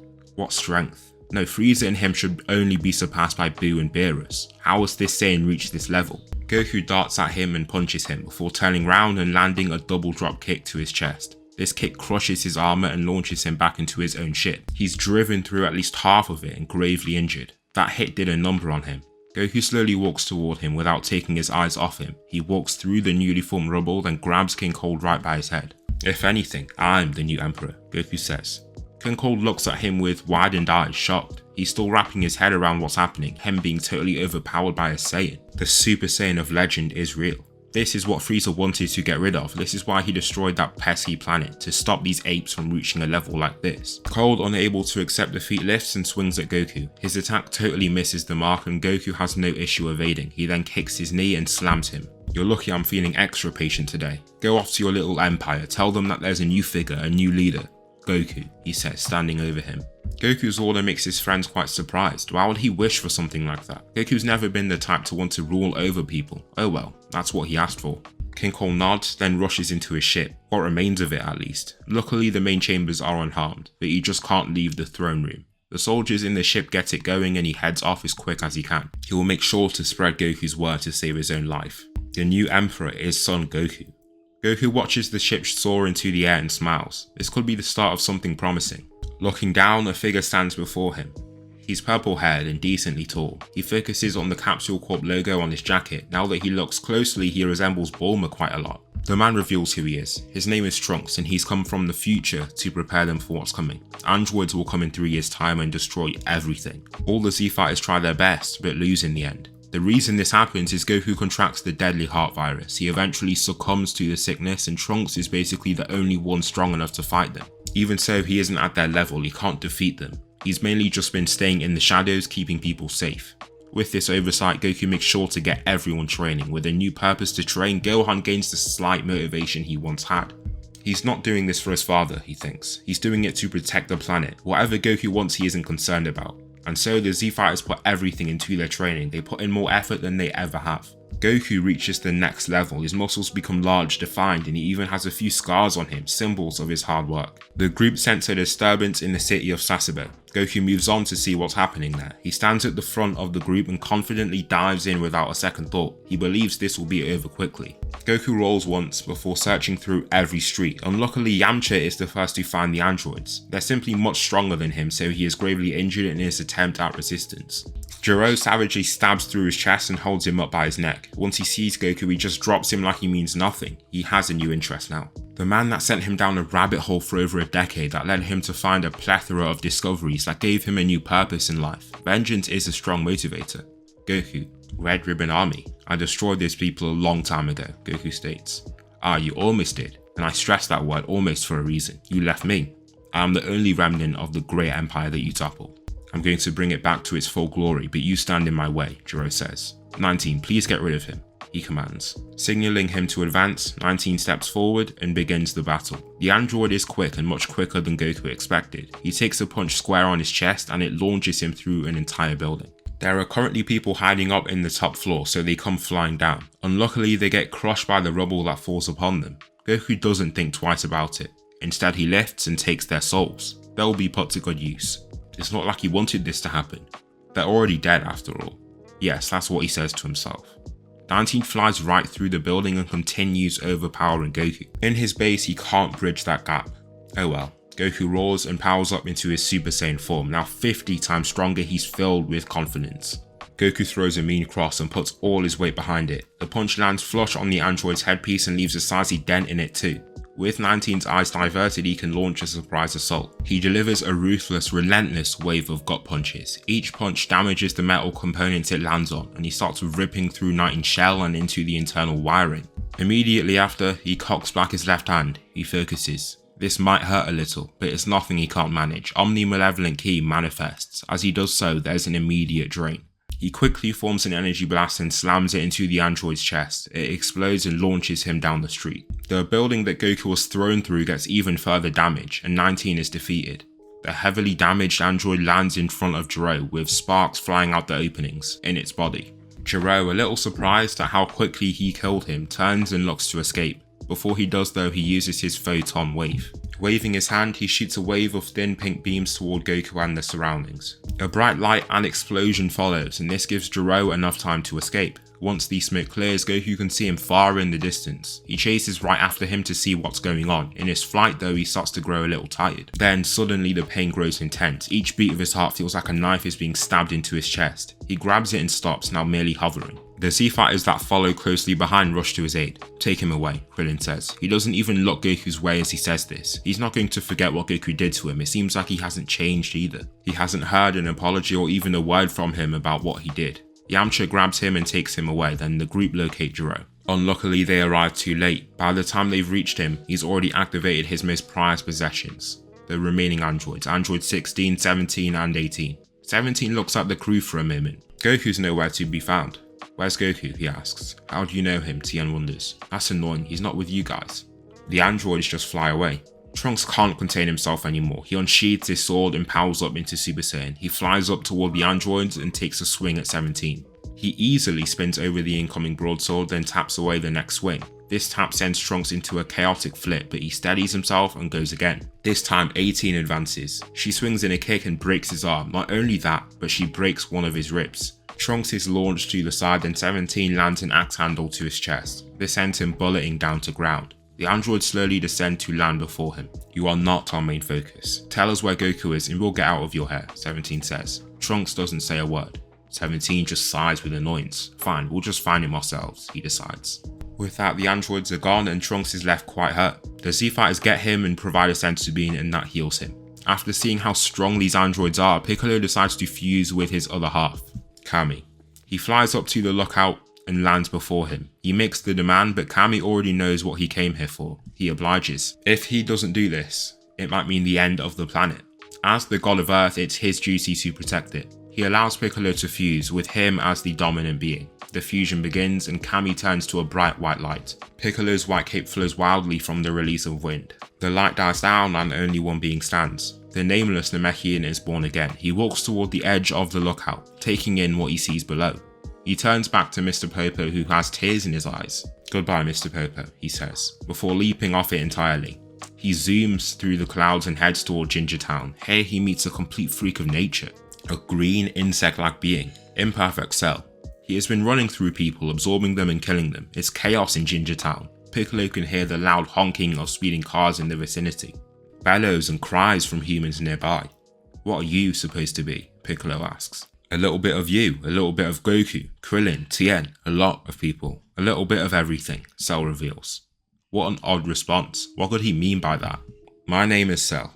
Without wasting any more time, Piccolo rushes in. He jumps forward and elegantly flips. He lands a strong kick that launches Cell into a nearby building. Piccolo then looks down to his new vigorous body. What a surprise. That fusion did so much for him. He feels like a new person. Cell runs back to Piccolo and throws 2 straight punches. Piccolo moves his torso out the way of each hit before rolling under a kick. Not only is he strong, but he's an adept martial artist. Cell runs toward him and Piccolo enlarges his left arm and keeps him back with a shove. He uses his arm almost like a staff or battering ram of sorts. Cell runs into his shove and this adds to its force. After being stopped, he switches approach. Ki collects into a blue ball and he launches the Kamehameha wave. A rather weak one though. Piccolo's seen much scarier from even Gohan. He times his movement then literally slaps the blast away. Hitting it at the perfect time, the energy wave is knocked up into the sky. Easy peasy. Cell starts to reconsider this battle. Even after absorbing all those humans, he's still too weak. The gap between him and Piccolo is massive. It's unexpected, but that's just how it is. Therefore, he uses his sneaky solar flare. Piccolo grabs his eyes, shouting as they burn. Cell zips away with him blinded. Oh no, you're not going anywhere. Piccolo blasts off and chases after Cell. They fly through the skies, but Cell's already gotten a huge gap on him. Once he crosses over the horizon, he falls into a city and gets out scot-free. Cell keeps his signature down and this lets him escape. For now, that is. Piccolo doesn't stop searching. He's adamant on tracking him down. He's going to finish the fight he started. Why should he let it end so early? Across the planet, Trunks administers the cure to Goku. Now it's the waiting game. He'll be out of it for a short while, but it won't be long. For now, the group need to find a different approach. The only thing they can think of is the hyperbolic time chamber. Gohan offers to go in there with future Trunks. The two hybrid Saiyans head over to the lookout and step in the chamber to start their training. Across the planet, Piccolo finds Android 17. They clash and Piccolo puts up a good fight. After his fusion, he's grown much stronger. The nameless Namekian is no pushover. However, even with his efforts, he can't bridge the gap. 17 has infinite stamina and is relentless in his fight. Piccolo debuts a new attack of his, the Light Grenade. It's powerful and causes serious damage, but it doesn't do enough. During their fight, someone else makes an appearance, Imperfect Cell. Much stronger after absorbing hundreds of thousands of humans. He emerges from the water with a golden aura and easily takes down Piccolo. He really has grown stronger. He pummels the Namekian and then looks up. He changes his focus. There's no need to waste time. Cell speed blitzes the android, then absorbs him. His transformation begins. Cell advances into his semi-perfect form. He's taller, more menacing. His face looks totally different too. 18 is quite scared. She saw how quickly 17 was sucked up and he's stronger than her. What could she do to him? What if he's stronger now? Luckily, 16 is totally mechanical and so shows no fear. The tall android looks down to 18 and sees her fear. Therefore, he steps forward and takes charge in the fight. He takes off his forearms and resorts to his ultimate technique, Hell's Flash. Masses of ki are unleashed from the openings in his arms. He hits Cell directly and lights up the surrounding area too. It's a loud, chaotic barrage of explosions. Even with such a powerful technique though, it doesn't keep Cell down. He pounces and takes down 16 relatively easily. Now larger, he can use his size to throw around his opponents too. Cell looks up at 18, who is being watched by Krillin. Krillin destroys the self-destruction button and urges her to leave. She does just that and flies off. Where are you going? Cell says, now with a deeper voice. He prepares to fly toward her, but he's suddenly hit by a blast from behind. Cell is thrown to his knees, then turns around to see who it is. It's Tien, some human. Cell just gets up. He assumes the blast came from elsewhere. What could a basic human do to him? However, before he goes airborne, he's hit by another blast and thrown down. Immediately after, he launches even more tri-beams. He draws from his life force to power the attack and it's exceptionally powerful. He's managing to keep someone like Cell down, an amazing feat. The issue is he isn't dealing damage, he's merely keeping Cell down. While this is happening, his life force is draining badly. Eventually, he cuts off the barrage and he just can't carry on. Tien passes out exhausted after such a straining attack. Cell dusts himself off and looks back to the fallen warrior. What a surprise that was. Anyway. He moves on to locating 18 and flies. Once again, he doesn't go far. He flies forward and sees two people before him, Trunks and Gohan. Both clad in blue Saiyan armor, standing menacingly. Both are hybrid Saiyans, and so their hair has grown long after a year in that chamber. They look like new people, especially Gohan. He's still young, so he can grow a lot in a single year. I'll handle him, Trunks says. He slowly flies ahead, going slightly closer to Cell. Then he ascends into Super Saiyan. You're going nowhere. Cell tries to fly around him, but Gohan blocks his path in Super Saiyan. He wags his finger. Cell grunts and turns back to Trunks. I'll make this quick, he shouts, clearly vexed. He flies towards Trunks and slams into him. Trunks begins well. It's clear he's made some serious progress in that chamber. Not only has he grown stronger, but he's more skilled too. Gohan and Trunks learned off each other and were quite inventive with their styles. They consisted of a lot of thought and trial and error, working on new styles and refining their technique. They've shown just how strong the hybrid Saiyans can become. Cell punches Trunks, then receives a punch of his own. Next, both fighters elbow each other in the face. Their elbows land at the same time and throw each other back. Cell has the upper hand in the fight though. Trunks has light to moderate injuries, but isn't that fatigued. In the chamber, he gained almost complete mastery over Super Saiyan. The stamina drain from the form is almost non-existent now. That wasn't their only discovery in the chamber, however. Trunks looks down, then focuses. He clenches his fists and transforms. His muscles grow larger, a lot larger. He grows taller. Trunks ascends into the grade 2 state. Ascended, Super Saiyan. Cell flies at Trunks with a shout. He brings back his fist and aims a punch. Trunks then lands a perfect counter, slipping to the side just enough for Cell to miss and for him to land. He's dipped to the left of Cell's right arm and lands across himself. Then he kicks at his side and latches onto his tail. Spinning and spinning around, he then chucks him. Trunks speeds after him, leaving a beautiful golden trail behind him. He punches Cell into the water, then begins throwing his arms around wildly. He throws him in almost random directions before throwing them forward. A fiery orange energy ball grows and then fires down into the water. Cell is hit by this ball directly and greatly hurt by it. The explosion destroys majority of the adjacent island and reveals the seabed because so much water is displaced. The water slowly settles and Cell reveals himself. This is not looking good. If he doesn't find 18, he won't achieve perfection. Trunks is wasting his time. She could be halfway across the planet by now. Cell tries to fly off, but Gohan stops him again. How annoying. The bio-android swings and lands a punch, however it does nothing. You're lucky you fought me first, Cell, Trunks reveals. In that chamber, Gohan pushed past his limits. He showed Trunks just how much talent he has. The level he reached is almost unfathomable. He unlocked the grade 2 and 3 states quickly. Only after a few months he saw a glimpse of something beyond that, a higher Super Saiyan form. Trunks tried to achieve it but couldn't. Cell punches him again to no avail. Gohan then punches him back to Trunks before he is dropkicked back into the water. He slowly emerges after, furious. He roars and powers up as much as he can. He sends massive waves in every direction and creates an earthquake just from the charging of his ki. The Saiyans are unbothered, he's merely trying to show off. However, something happens. His green aura darkens to a smoky black. They can sense his ki climbing. He's doing something. Cell has absorbed many humans, but not just their life force. He's taken in their souls. With a splice of Goku's DNA, he's gotten a sliver of his power. It's nothing like what Goku can do, but there's one strong feature that he still has, the Soul Furnace. Cell zooms up and headbutts Trunks in his chin. This shoots him up, then he turns to Gohan. He fires several blasts, but Gohan is vigilant and knocks each one away. Cell pounces on Gohan, now much faster and more explosive than before. Gohan's getting beat up badly at first. Still in grade 1, he can't match Cell's strength. Therefore, he ascends into Super Saiyan grade 2. Now much more muscular and powerful, it narrows the gap, but still it doesn't close it completely. Cell several times stronger, while Gohan's boost in strength was below 2 times. Gohan punches Cell square on his chest, and then aims further up with a hook to the chin. Both punches land, but don't do as much damage as he'd have hoped. Cell goes into attack, but is then hit by a blast right to the back. Trunks has returned. Cell turns and flies right at him. He moves so quickly that Trunks can't even react. Cell throws a combination of attacks that severely hurt Trunks. It throws him into the water and knocks him out cold. He then turns and focuses on Gohan. He flies up, but Gohan braces himself. He takes Cell's impact, but not well. It breaks his block, then Cell punches him square on his chest. He grabs Gohan by his head before flying off and stops him immediately. Cell turns to the island and dives down like a shooting star.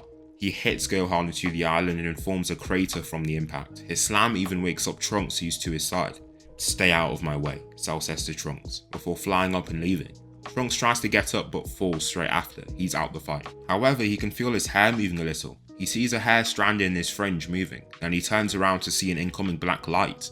That's Goku, in Dark Super Saiyan, flying at top speed towards Cell. Cell turns upon feeling the pressure and takes a headbutt right to the chest. He's launched into the sky and through the clouds. Goku doesn't chase after him but charges his most powerful attack, something he thought up during the 3-year training period for these fights. The Destruction Kamehameha. A blast capable of erasing whatever's in its path. His Kamehameha ball appears and looks so unstable, it quakes in his arms and he grits his teeth while trying to contain it.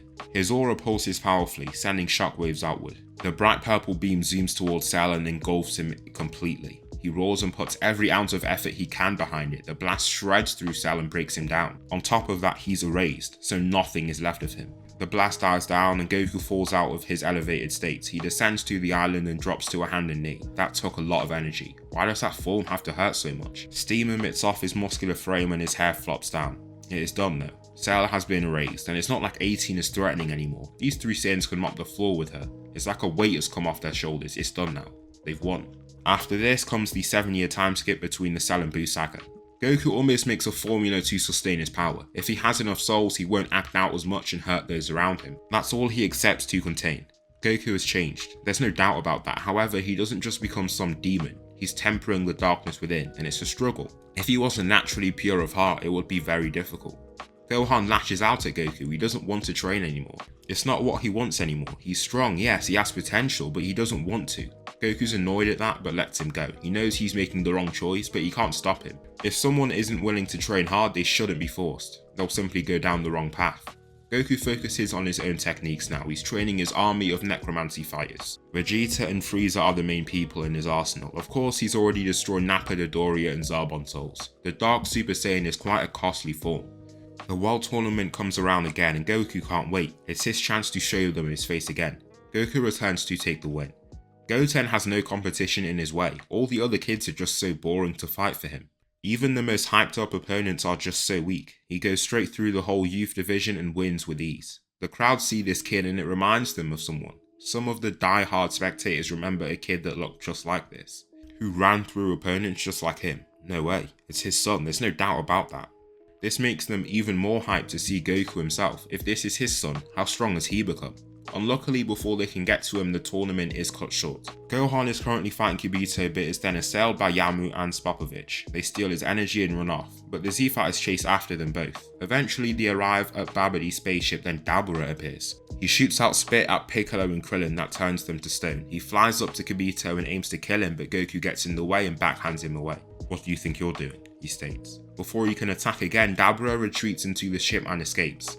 The warriors sweep through the fighters at each level of the ship and then find themselves against Dabura. Gohan is the one to face him. He puts up a good fight, even after cutting out training for so long. However, that work is permanent in some ways. The way he fights has become so natural, he'll never forget it. It's like his first language. Gohan's been fighting his whole life and it's literally in his blood. It's a grueling battle, but Gohan eventually comes out on top. He defeats Dabura and Krillin and Piccolo gain their ordinary bodies back. Badly injured and exhausted, he collapses after winning his fight. Babidi grinds his teeth after realizing there isn't enough energy. He'll have to try something else. Looking at his orb, he focuses on someone. That's right, there's some evil he can latch onto there. Goku. Babidi prepares himself then attacks. He aims and takes control. Tries to take out the anger and evil already there. Since there's already so much evil, he doesn't have to try that hard. Goku collapses, shouting as he grabs his head. An M shows up on his forehead and he powers up into Super Saiyan in his attempt at resistance. Right after, he stops and quiets down. Majin Goku is born. Babidi rubs his hands together, eager to see what Goku can offer him. Right after, he is transported to the World Tournament arena, along with the Kais and the other Z-Fighters. Goku looks at the group, then tightens his fist. "I don't need any of you. The more I kill, the stronger I become." Chills run down their spines when they hear this.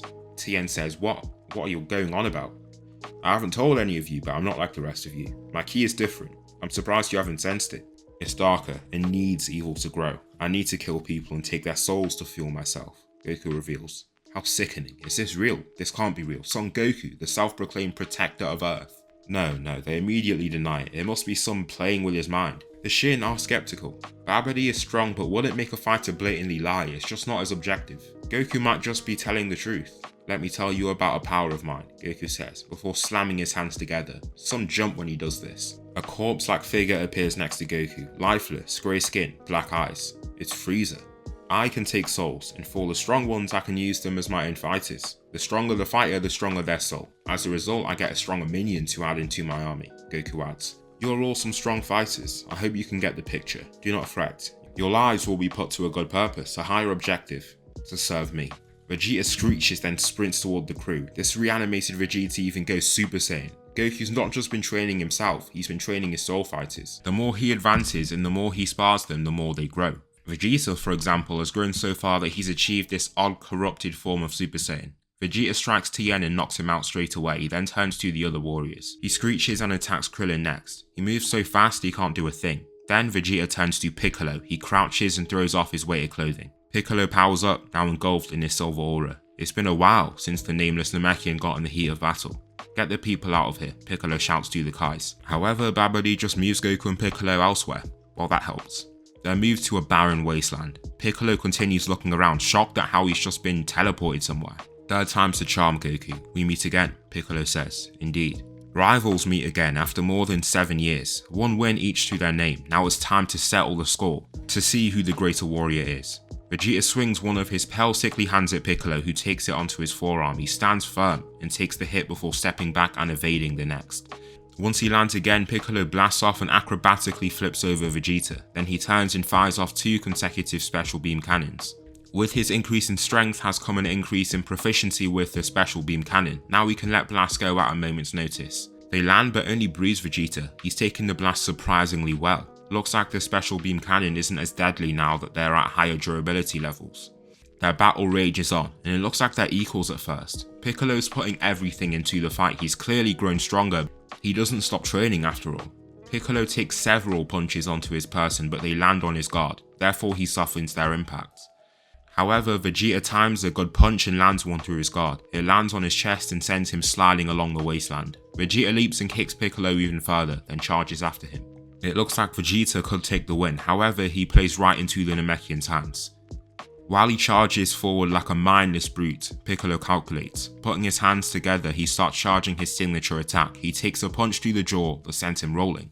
However, he maintains his stance and leaps back up to his feet. Next, he starts almost running from Vegeta, just running away as fast as he can. Vegeta mindlessly chases after him. He's a good fighter but not very smart in this zombified state. Piccolo can use his smarts to buy himself valuable seconds. With about 15 meters between them, Piccolo's blast is ready. He fires his light grenade and lights up the whole vicinity in a bright golden cluster of energy. A new crater has been formed, and Piccolo peers over the edge to see what's in the center. It's a cloud of black smoke. He won. He beat Vegeta. Piccolo then turns his attention to Goku. Ahead of him though is another soul fighter. "Come on, you're gonna let these people fight instead of you," Piccolo shouts, annoyed with Goku. He also tries to help himself. It's going to be challenging for him to fight these minions. He already lost so much energy fighting that Vegeta zombie. There's no way he could do that. It will drain his stamina completely. Goku has no concerns though. He knows he can win. He just wants to entertain himself, put on a good show. Frieza shudders unnaturally, then tilts his head. Next he sprints toward Piccolo. He only perceives this incoming warrior once he's way too close. Piccolo eats a punch to the face followed by a knee to his abdomen. Frieza dips to his left then delivers a hook to his body followed by a right one. They both break many ribs. He tried his hardest and put up a good fight. He broke past the expectations put on himself. That the Namekians can't match Saiyans, that they can't keep up with them. But one thing is clear, he's nowhere near Goku. Just this Frieza zombie is giving him a serious beatdown. So quick and fierce, each attack is imperceptible. The end is inevitable. Frieza lifts Piccolo, grabbing him by his neck, then he chucks him away. He collapses and flops down. Piccolo has been defeated, 2-1 to Goku. "That was fun," Goku says, before deactivating Frieza. Right after Babidi summons Majin Buu, he's collected more than enough energy, so Buu comes back much stronger than expected. The fat childlike warrior appears much to the surprise of the humans. This is the being that the Kais were so scared of. He looks like he couldn't hurt a fly. They're greatly mistaken however. He's a true machine. Gohan in Super Saiyan 2 fires a ki blast at him. It hits Buu but does very little. Gohan throws a stronger one at him but he somehow makes a hole in his stomach to let the blast fly right through. This will be a tough fight. Shin, Kibito and Gohan all band together as the 3 main fighters, with the humans as supporting acts. These humans can help them. Their main assistance comes through their nifty techniques. Things like the Solar Flare and Tri-Beam are amazing trump cards they can rely on. Even Yamcha's Spirit Ball is no joke. It's not very strong but can throw off opponents. Their combined effort is a good one. Gohan takes the lead in the fight as the strongest warrior there. They get to see the Gohan of old, fierce and talented. However, he's been off it for too long. It won't just take an hour or so to get off all the rust. He's still sluggish and almost like an aged fighter. His body just doesn't move like how he wants it to. Buu badly beats the team up and it's not even like he's trying. He's messing around with them. Gohan, nearly dead at Buu's feet, drags himself away. It's all he has the strength to do. The Kais are also quite hurt. Gohan was the front man of this makeshift squad, and he took the brunt of the damage as a result. Solar Flare, Krillin shouts. He blinds Buu and this gives the Kais time to escape. They take this opportunity and leave. Right after, Tien unleashes a barrage of Neo Tri-Beams. Just like with Cell, they don't hurt Buu but apply enough pushing force to keep him away. Krillin and Yamcha then leave with him. They'll have to approach this differently. Goku's gone rogue. He isn't on their side anymore. On top of that, he's a threat. It could mean trouble if they find him. Goku goes to a nearby city and begins to ravage it, slaughtering innocents, all for the sake of acquiring souls. He's a higher being. Their sacrifices are going to a better cause, he believes. Across the planet, Majin Buu is playing with his pet bee. However, the 2 men end up shooting his dog and this infuriates him. This is pretty much the only person Buu has grown close to since his reawakening. It leads him to almost go haywire. Steam emits out the orifices on his forehead and collects elsewhere. Evil Boo is formed. They clash, but Evil Boo manages to get the upper hand and absorb him. Evil Boo absorbs Good Boo and ascends into a higher state. Super Boo is born. On the lookout, everyone is discussing what to do next. Do they use the chamber? How are they going to stop Goku? Piccolo's been healed and you can sense a lot of ki being lost on Earth. As they strategize, someone arrives. Boo. However, it's not the Boo they just saw, it's someone different. Super Boo. Where is Goku? Boo asks. Goku, what do you want to know about him? Piccolo asks. For now it seems like a fight won't break out, so they just talk to him. He's strong, Boo says. He has some semblance of a mind now, that's weird. He looks and acts a lot more human. Oh well, that's the least of their worries. This could work in their favour. If Boo takes out Goku, then they beat him, that ends everything. Piccolo points down the lookout. Right there, can you sense ki? Yes. Alright then, he'll just be there if you keep going straight down this path, Piccolo directs. Boo doesn't say another word, then leaps off the lookout. Blasting down there, he arrives in no time. Goku, dropping a dead human, turns to see a pink being standing before him. Ah, so you're this Boo person Babidi was lecturing me about. It's nice to meet you, Goku says, turning. I'll kill you, Boo claims. Goku tilts his head. Why has he said that? Regardless, this might be someone strong, and Goku might get a good fight in. He could never shy away from a good fight. Also, if he wins, that's another strong warrior to add to his zombie army. I'd like to see you try, Goku shouts, unleashing an aura of omni-malevolent ki. Boo jumps at Goku, beginning the fight. They exchange a series of attacks. At this level, Goku isn't a match for Boo. This quite surprises him. Boo knocks down both his knees in one elegant swing and drops Goku. Instead of being annoyed, Goku merely smiles. This is going to be very interesting. Goku enters Super Saiyan and leaps forward. He tries to headbutt Boo, but he blocks the attack and stands firm. Goku throws a jab followed by a whooping right hook. The first hit lands on a block and the second misses. The warrior is no weakling. As the battle rages on, adjacent buildings topple and fall. Both are enjoying their scuffle, strong warriors eager to battle. However, in Super Saiyan, Goku can't win. He takes a punch that throws him through a whole building, then a kick that throws him through another. After going through that second building, he puts out his arms and stops Boo. Wait, let me power up first. You're not even fighting me at my strongest. Let me make this better for you, Goku says. Boo stops and waits. He obliges. Goku smiles. He's playing right into his hands. After 7 years of non-stop hard work, he's achieved a lot. Goku crouches and begins charging his ki. He ascends into Super Saiyan 2, then reaches further. His attack gains the attention of the sea fighters who are at the lookout. Billboards in nearby cities crack and fall. It's mayhem on Earth as Goku lets his full strength go. Super Saiyan 3 Goku is here. He's coated in a pristine golden gleam and his eyebrows have been replaced by intimidating brow ridges. Goku means business. Now much faster, he zips across the street and punches Boo. This single punch throws him through 2 whole buildings and sends him rolling across the tarmac. Goku leaps and flips like an acrobat. He's explosive but graceful in his movements too. He lands just in front of Boo and grabs him. Lifting him from the cracked asphalt, he slams him then slams him again. Finally, he throws a punch so powerful that he breaks Boo's whole face. Much to his surprise though, it mends back together like nothing happened. Goku retreats, a little taken aback by that. How did he heal in an instant? Then he looks down and sees a pink blob on him. He tries to rip it off, but it grows larger then covers him totally. Goku fights it as much as he can, but there's little that can be done. Then the pink mass fires toward Boo and he absorbs him. Boo, now in Goku's attire, looks at his new physique. Would you look at that? Goku is born.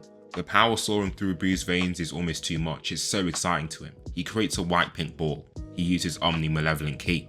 Boo just admires it. What an ability. With Goku's mind has come human-level intelligence. Suddenly the sky darkens. Shenron has been summoned. Boo knows this from Goku's mind, so tries to locate the dragon. Tien asks about an ability or technique that can be used to make someone much stronger. Shenron tells them about the Metamoran fusion. It's a special fusion technique where 2 users of equal strength fuse to become a fusion. If one person is stronger, they can simply suppress themselves to match the power of the other person, and then the fusion will work just fine. Who can they use to perform this ritual? Only if Goku was on their side. Their only option is Gohan and Goten. In the nick of time, Gohan arrives from after training with the Z-Sword and unlocking his potential. He's become what he was and beyond. Since Gohan is so much taller than Goten, they'll have to give Goten a platform to work on. The two start to practice, but while they do so, someone appears. Goku. He descends then lands. They urge him to wait so that he can get a good fight. Both parts of him like to fight, and so he waits. Goku just waits for them to do whatever they're doing and entertains himself somehow during the time. Their main task is to bring Goten's power level up. He is the limiting factor in the fusion, so needs to be made as strong as possible. Gohan is a great mentor in the chamber and a very strong teacher that helps him grow a lot. Goten shows just how talented he is. He makes volumes of growth in that single year, then they get ready on the lookout. The Z fighters watch them as they perform the dance. Goten walks along his own platform, then Gohan walks too. They perform the dance and land it on the first shot. Some sigh of relief after seeing that. They light up and fuse into a single being. Goten. Goten has a teenage appearance. It's like the perfect midpoint between Goten and Gohan. He really is their fusion. He's also wearing Metamorian attire. I wonder what I should call myself. Gohan, Goten, Goten. Yeah, Goten sounds good. Goten flexes his large muscles. For a teenage body, he's surprisingly athletic looking. Goten looks to the crew, then to the lookout's edge. A breeze rushes over his Metamoran clothing and makes his hair flow. Goten is focused. He knows what his job is. Direct me, Piccolo, Goten says. Once he does so, he leaps off.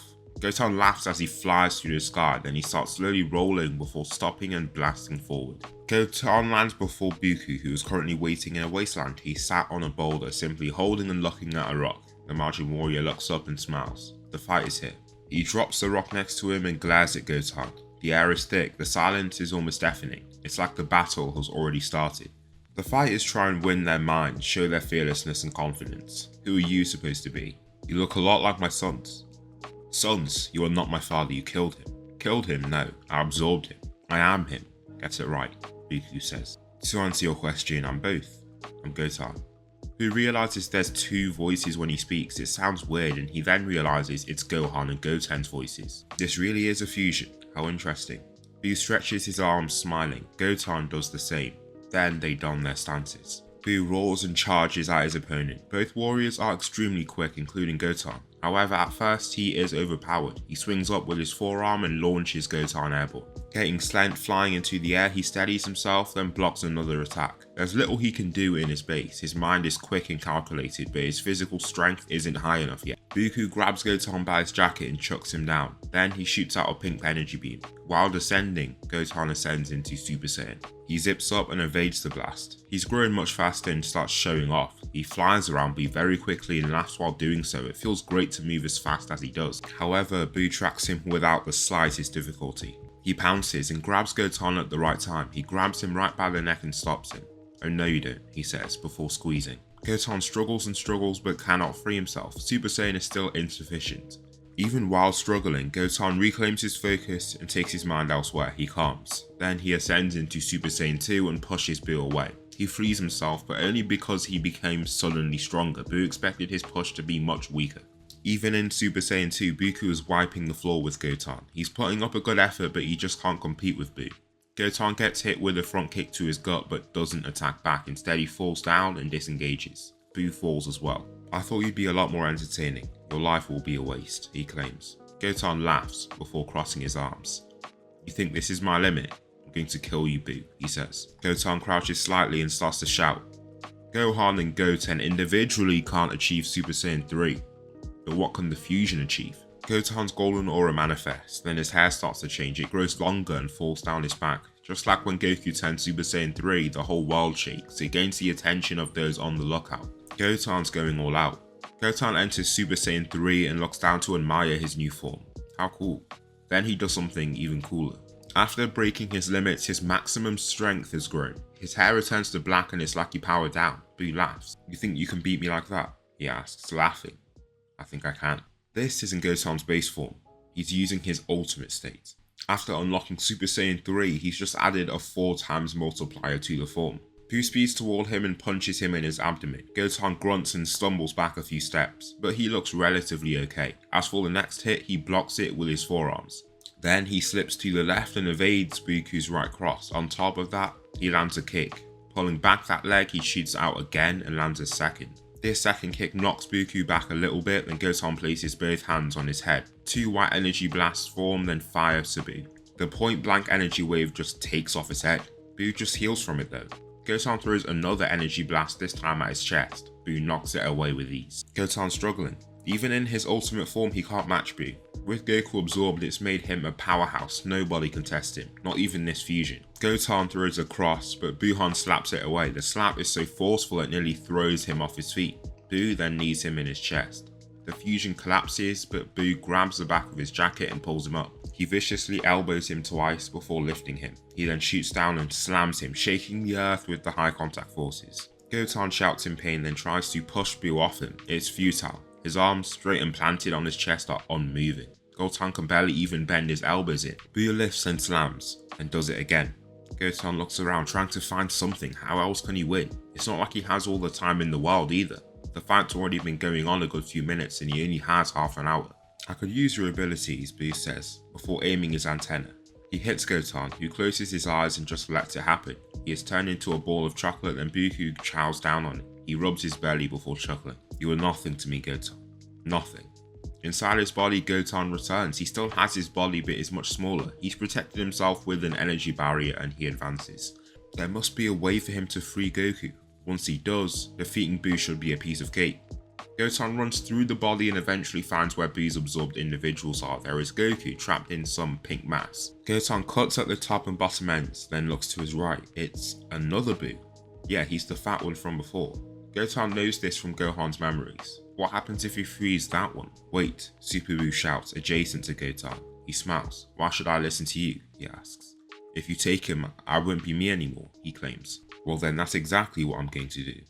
Gotan speeds forward and slides his Good Boo out. The fighters are expelled from Boo, then Goku, Gotan and Good Boo enlarge after escaping his body. Boo, with his veins visible all over his body, convulses and groans in pain. Something is happening. Goku wakes up, landing next to this fusion. What happened? Who are you? Goku asks, furious. The margin symbol remains on his forehead. He's still a threat. You're my father. I'm Gotan. You're not my sons. But then he realizes, I'm both of your sons. Really? I could use you. You would be a good minion, Goku says, walking forward. Gotan backs away, his arms extended. He tries to stop Goku. Wait, he absorbed you. He nearly killed you, Gotan says. That's right. Babidi, what is this? Why would Boo do such a thing? Your only purpose is to serve Boo. If that's what he wants, that's what you shall do, Goku.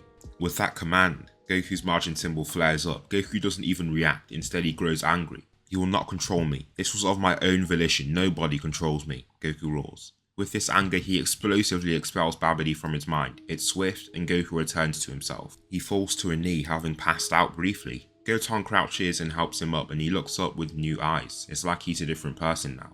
Gotan. What have I done? Goku thinks, looking down to his hands. Even with the evil trying to corrupt him, Goku's pure heart takes precedence. What he's done, the number of innocent lives he's taken, it's not right at all. I've killed so many people. We've got bigger fish to fry, Goku, Gotan informs him, looking up. There stands Kid Boo. He bats his chest repeatedly before flying down to the group. Gotan prepares while Goku just looks at him without a concern. Why doesn't he seem bothered? Goku aims and shoots out a ball of his OMNIMALEVOLENT ki. It hits Boo square in his chest and expands. The intense explosion swallows up everything in its blast radius, then shrinks and vanishes. I'm sorry, Gotan. I didn't mean for any of this to happen, Goku says. Gotan nods, then looks down. Something weird is happening though. He splits back into Gohan and Goten.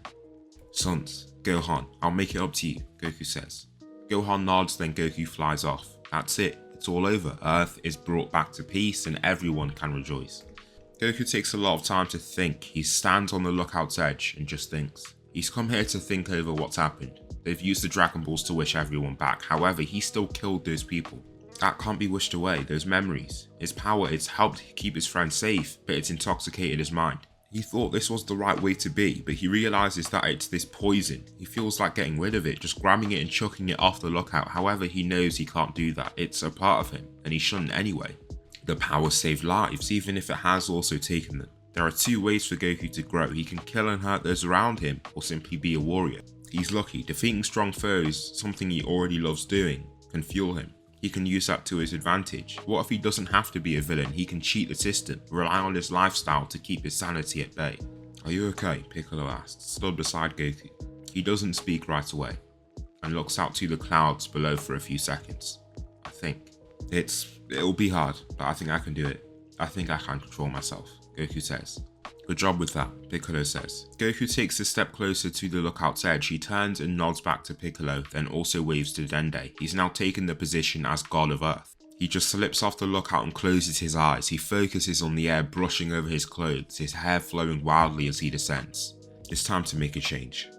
A few years pass and Goku makes a lot of progress. Chi-Chi can see that the man she fell in love with is coming back. He still has his outbursts and his ways about doing things, but it's way better than it was. It will take time. To control his instincts, he focuses on training his son, Goten. Gohan didn't want to train, but Goten seems very eager. He seems a lot more like Goku than Gohan, he even looks a lot more like him. He's also very talented, he is a hybrid Saiyan after all. Beerus arrives on Earth and bombs Bulma's birthday party. The Z-Fighters are very wary around him. The way he talks about just destroying their planet. He'd wipe out billions and he doesn't seem very concerned. They're keeping him calm with their delectable treats, but that won't last for long. This isn't what he came here for. He came in search of a Saiyan god. They ask Senran what he's on about and he reveals the god ritual. They've got Goku, Gohan, Goten, Pan, and that's it. They still need 2 more Saiyans. That's when Goku thinks he has 2 souls inside him. Raditz and Vegeta. They're not particularly righteous though. Now that he thinks about it, they aren't evil. They literally just do what he says. If he wants them to help people, they probably would. That's a shout. He slams his wrists together and then Vegeta and Raditz appear. Be calm, just take part in the ritual, Goku says. Raditz nods without concern while Vegeta scoffs with his screeching voice. He was looking to fight someone. With Vegeta stronger, he has more of a conscience. Vegeta? Beerus asks. Vegeta looks at him and doesn't say a word. This isn't really Vegeta anymore, it's a mere zombie. He can't show things like respect and greetings. What's gone on while I've been asleep? Beerus whispers to Whis. A lot, my lord, quite a lot. Raditz, Vegeta, Gohan, Goten, Pan and Goku perform the ritual. They all focus into Goku, who lifts and ascends into his Super Saiyan God form. He looks back to Beerus and lands before him. It's time to start their fight. They lift into the skies and then Goku pounces. He throws 2 quick snappy punches but they both miss. He throws a swinging kick but Beerus elegantly dips under. No matter how hard he tries, Beerus just dodges every single one of his hits. Just who is this guy? Goku throws 2 slower but harder punches that Beerus blocks with his forearms. They form shockwaves that pulsate through the air. The 2 warriors then punch each other's fists and shake the literal reality in which they reside. Goku's reached a new level. It's insane to see really. Goku slams his hands together again and Frieza appears. He shrieks and leaps at Beerus. With a single kick though, he disintegrates into black smoke. The minions aren't gonna work, he'll have to try something else. Much to his luck, the Super Saiyan God transformation has very little stamina drain. He can use OMNIMALEVOLENT Ki with it just fine. He manifests the energy and lets it flow over his limbs. There's no congestion, no pain. What are you doing? Beerus wonders, inquisitive. Beerus can sense Ki. It's almost a prerequisite for being a god. This energy though, it's different. It's unlike anything he's felt. I call it OMNIMALEVOLENT Ki. I have a love-hate relationship with the thing. It has changed me, made me do a lot of things I regret, he says, examining his hand as the warm pink glow flows over it.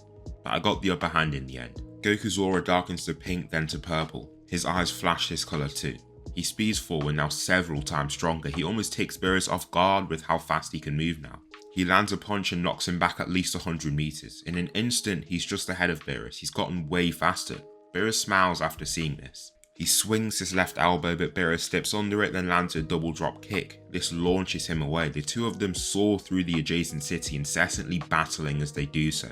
They're relentless. It's like they have all the energy in the world to keep fighting. Even after his boost in power, Beerus is too strong.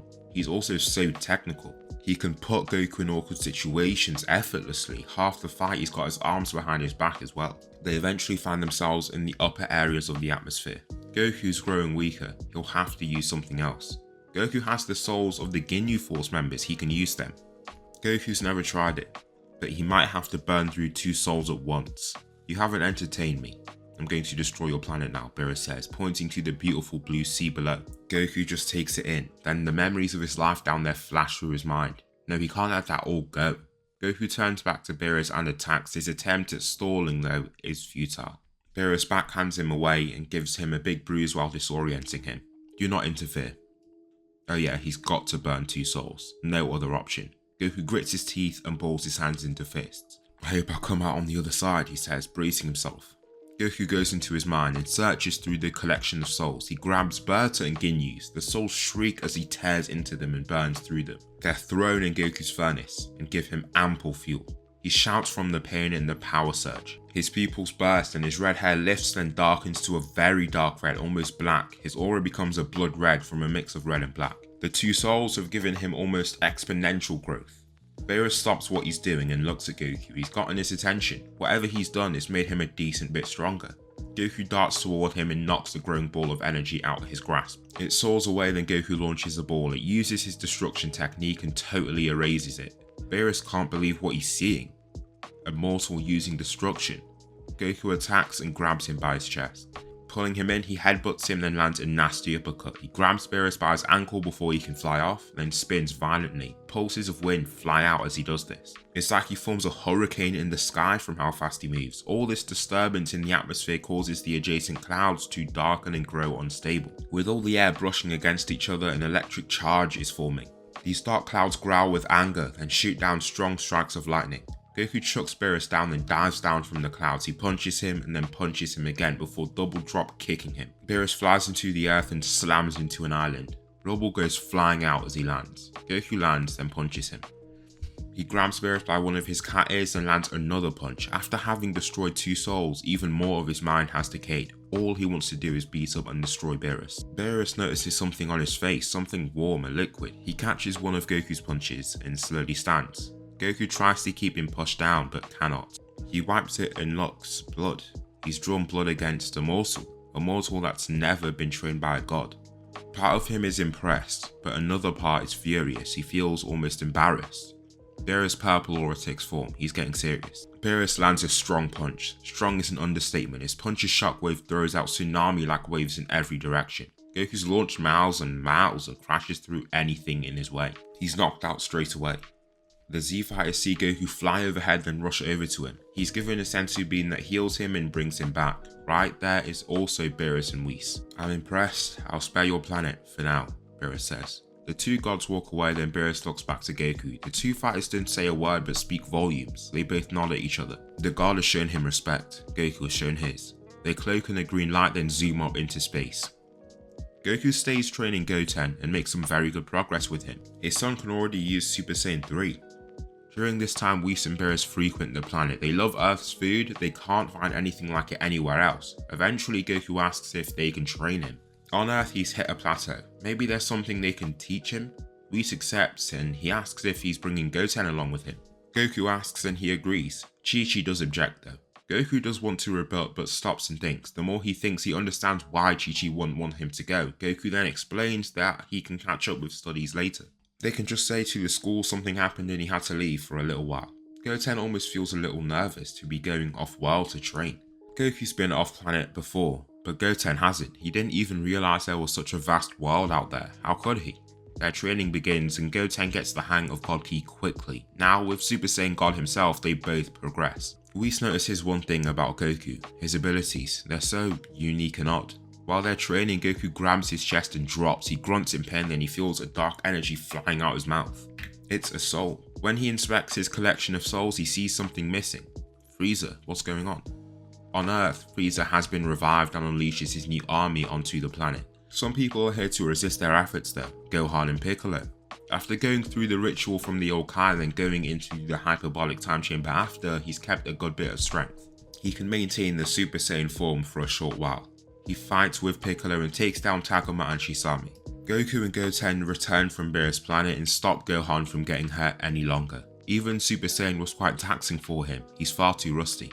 Don't worry Gohan, we've got it from here, Goten says, cracking his knuckles. Goten tries to act confident, but he is a little scared. He hasn't fought many people. The only time he really fought a villain was when he was Goten, and he had Gohan's confidence when he did so. He doesn't have that now. Goten, you take this fight, Goku says. He steps forward and Frieza steps out his pod. You want your son to settle your fights? You're not worth my time, Frieza. Fine, Frieza says, stretching his arms. He transforms into his final form, then begins. Goten exchanges a few punches with Frieza and is surprised with how strong he is. Goku is quite surprised too. This is not the same Frieza he fought before. Goten overextends with a punch. He assumed it would land, but Frieza steps back and lets him go off balance. Then he throws up a kick and snaps him away with his tail. Goten is talented, but he's still a very raw fighter. He can make mistakes and struggles to outsmart his opponent. Frieza throws out his tail again, but Goten dips under and then leaps up. He shoots down a ki blast that Frieza blocks easily. He then leaps up and headbutts Goten on his chin. He punches him around like a ping pong ball before driving him into the earth. Frieza dusts himself off then walks back. Goten, grunting and in pain, gets up and rubs the rubble off. His base won't be sufficient.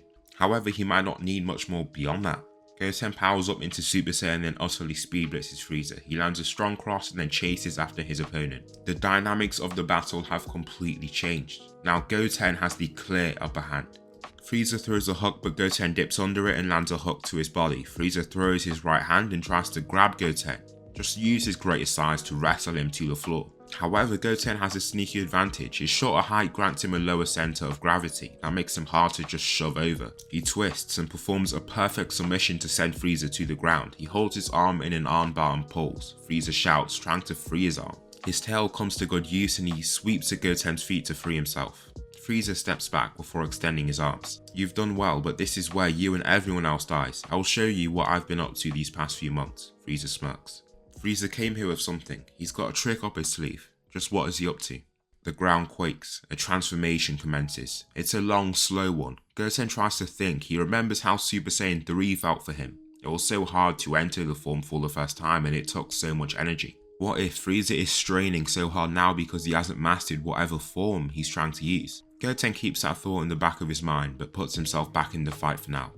Golden Frieza is born. A golden gleam flows over his skin. He takes it all in. Goten feels a little fear. He looks to his father, but he just nods to him and mouths, "You can do this." "Are you not going to step in there? What if he gets hurt?" Piccolo asks. Goku lifts an arm. "Just wait. I didn't make him fight for no reason," Goku says. Frieza speed blitzes Goten. With a single kick, he collapses and coughs out blood. Goten hasn't been hurt like this before. He looks to his palm that's now filling with his own blood. Frieza zips to him and arrives by his side. Kicking his abdomen, he literally sends him flying. After being basically humiliated by this kid, he holds nothing back. In each punch is anger and ferocity. "Come on Goten, get your mind in the fight, transform," Goku shouts. Goten shouts, letting out all his anger. A blue aura engulfs him and Super Saiyan Blue manifests. White sparkles flow over him and scatter through the large aura.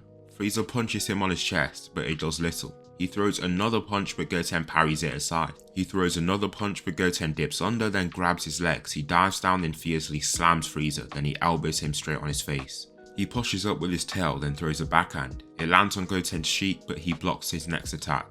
Frieza didn't think ahead. Even if he is strong in this form, he's getting tired. Goten is very fit and his small size grants him great endurance. He hasn't got to move as much mass when he fights, so it expends less energy.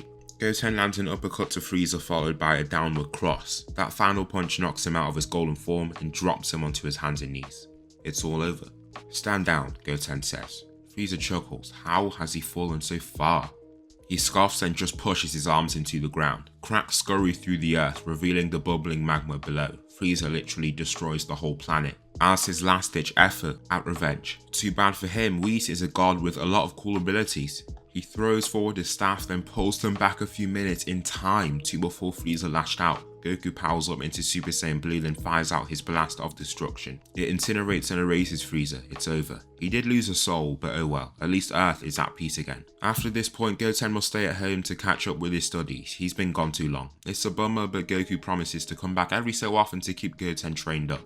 It's good to just see his family every now and again. Goku makes quick work of Universe 6's members in the Tournament of Destroyers. He trashes on every fighter and hit poses no threat. His time skip ability does make Goku think, but his Omnimalevolent ki is much more powerful.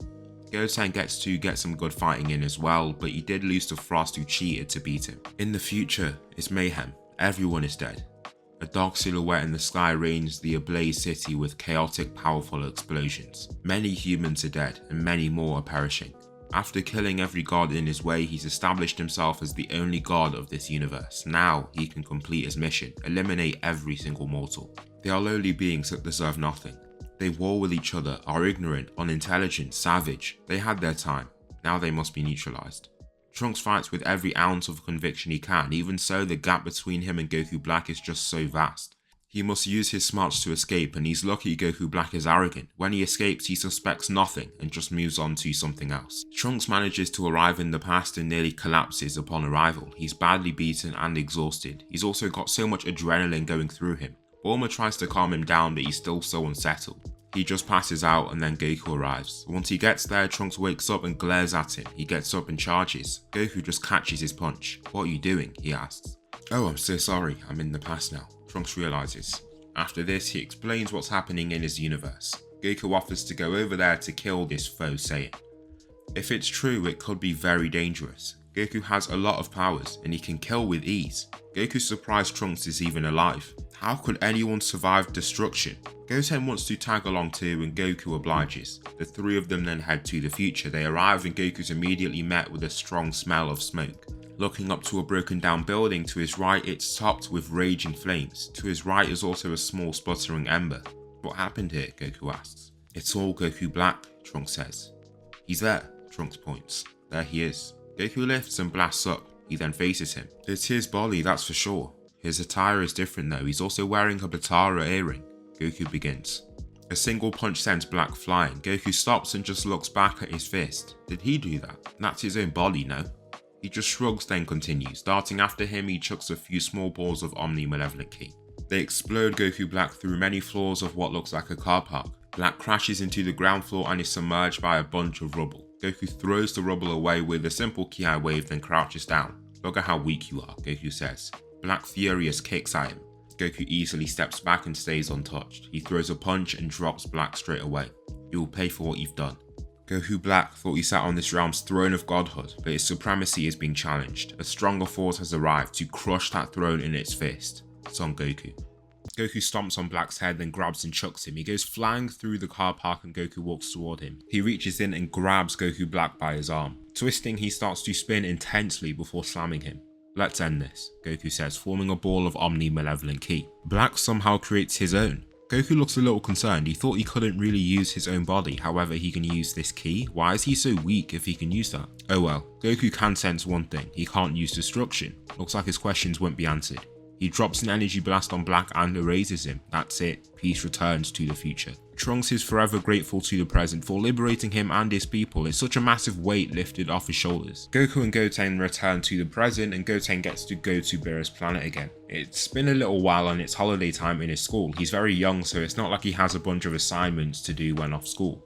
Goku is currently sparring his son, Goten. Goten is in Super Saiyan 3 while Goku is in his base form. They clash and send strong airwaves out. Goten throws a quick 2-punch sequence, but Goku manages to block his third hit. Goten jumps and aims for a kick to Goku's upper chest. He steps back, however. Goten is smart and switches his approach. He lands on his father's shoulder, then jumps. Flipping elegantly, he aims and fires a downward Kamehameha. Goku, with one hand, stops the incoming blast with his own Kamehameha. It's significantly more powerful than Goten's. He has a lot more proficiency with the technique and his Ki is good for energy-based attacks. Goten has a great effort, but Super Saiyan 3 is a taxing form. His arms feel heavy and he starts breathing hard. The gap between him and his father only grows as the fight continues. Goku extends his arm and then helps his son up. Then he just thinks about other strong warriors that could be out there. Not only is there a whole universe, but a multiverse, with people possibly stronger than himself. There's got to be, I mean Beerus and Whis are, they can't be the only ones, since Whis has parents, they'll be stronger than him too. There's Champa as well. During this time, Goku has become friends with Zeno.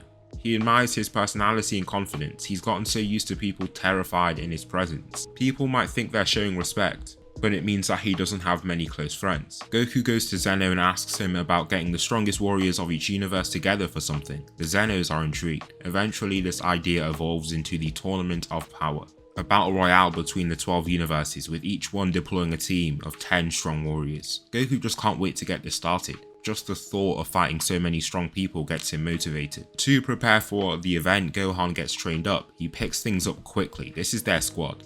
Goku, Gohan, Piccolo, Goten, Tien, Krillin, Master Roshi, Android 18, Frieza and the zombified Vegeta.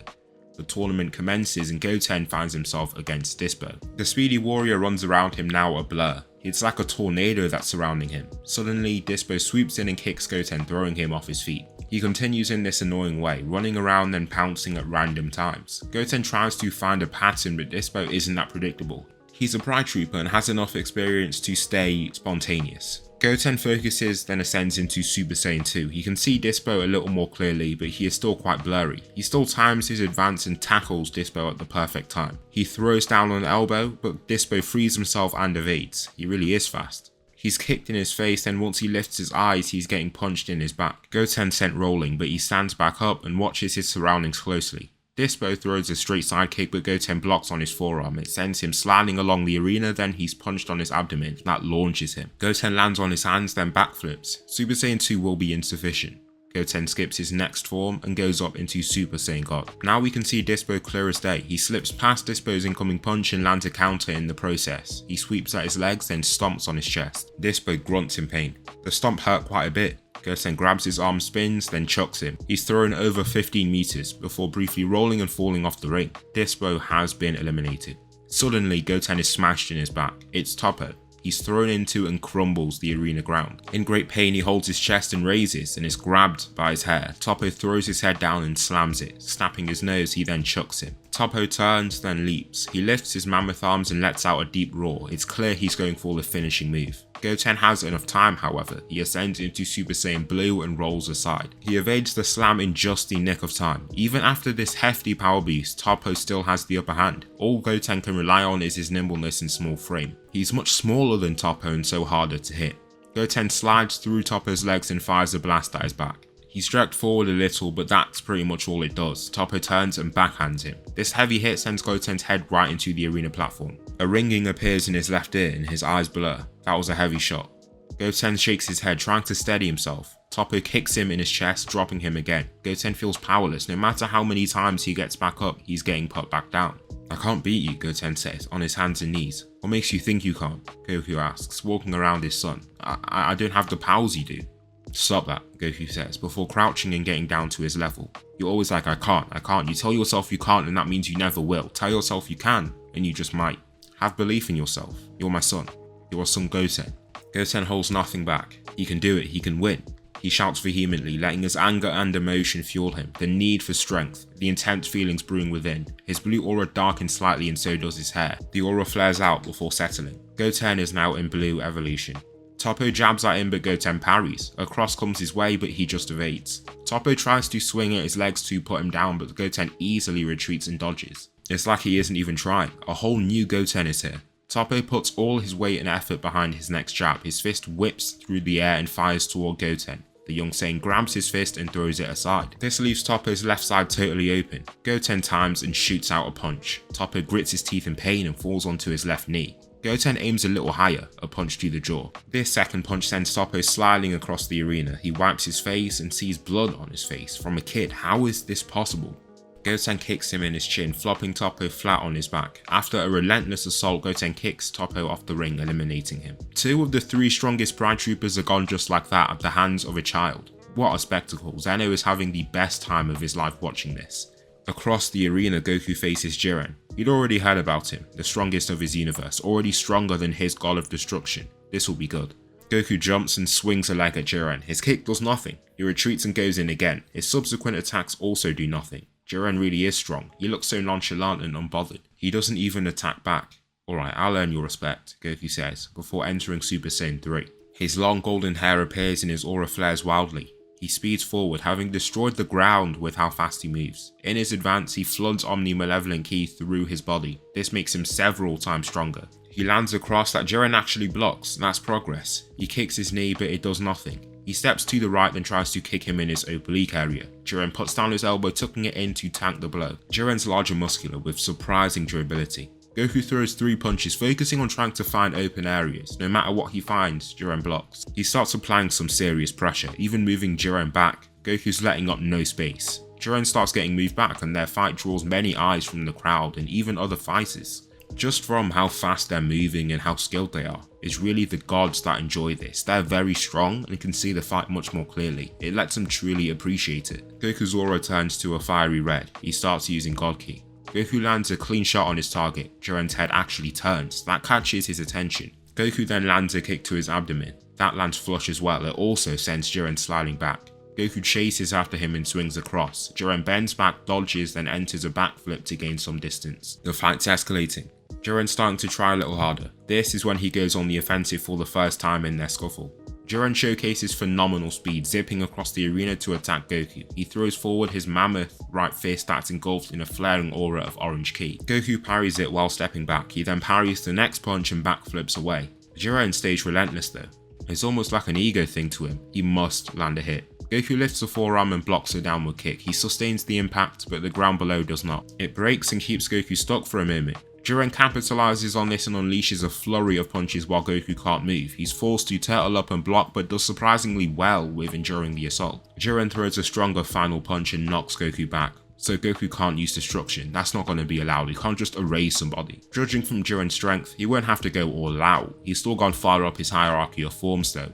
He's had to put some serious effort in. Goku calms and flexes his muscles. He enters his blue state and then sprints toward Jiren. He speed blitzes him. With a single punch, he drops him to his knees. You fought well. You fought well, Goku says, before elbowing Jiren. He falls onto his hands and knees, now bleeding profusely, but I have to win this for my universe. I hope you understand, Goku says. Jiren can't accept this. No, he can't accept second place. He punches the floor and screams vehemently. He goes wild, letting out all his strength. Jiren's going full on. He has to honor his master. Turning to Goku, he tries to assail him with a kick. Goku manages to punch him before his leg connects. This single punch knocks the wind out of Jiren and slides him to the ring's edge. His body denies him. He collapses and looks quite surprised that he has. He has so much conviction to keep going, but his body is done. It's incurred too much injury. Goku shoves him off the ring and eliminates him. It's easy work for Universe 7 after this. They eventually win and every other universe is eliminated and sadly erased. However, Goku uses the Super Dragon Balls to wish for them all back. The universe has had some seriously strong fighters. Why should they just be erased? He hopes to fight some of them in the future as well. Frieza's granted his life after his performance in the tournament and immediately causes trouble. He finds Broly on planet Vampa and brings him to Earth to challenge the Saiyans. Goku throws off his coat and stretches. Can I have a shot? Goten says. Goku thinks, then nods. Sure, go ahead. I'll have my turn later, Goku says, stepping back. Goten powers up into Super Saiyan and leaves Broly dumbfounded. Can you go Super too, please? I don't want to just fight in our bases, Goten says. I don't know what you're referring to, Broly says. Oh right, you can't use Super Saiyan. Before Goku, there weren't many that could. Goten powers down and continues on in his base. Paragus lowers Broly's suppressions and there is an immediate change in his personality. He shouts, holding his face almost like he's in pain. Then he charges at Goten. It's a little scary, but Goten breathes, then leaps up. Broly hits nothing but air as Goten ascends. He then leaps up and swings again. Goten spins over his punch before jumping off his arm and drop kicking him in the face. He flies after Broly and punches him in the chest. Before zipping around to his back, he grabs it and drives him through a whole ice mountain. Goten lands and continues again. Broly struggling. Goten is just too fast and too smart. However, he's learning.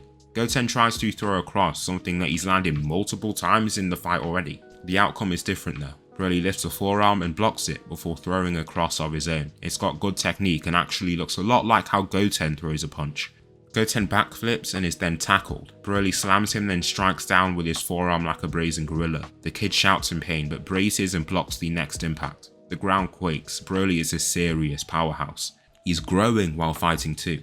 Goten lifts and turns Super Saiyan. Broly tries to hit one of his ape-like strikes again but Goten easily tanks it. He gains the upper hand once again, but Broly grows as well. Broly's suppression system breaks and he goes wild. His eyes turn to gold and his hair looks wilder and longer. He even grows taller too.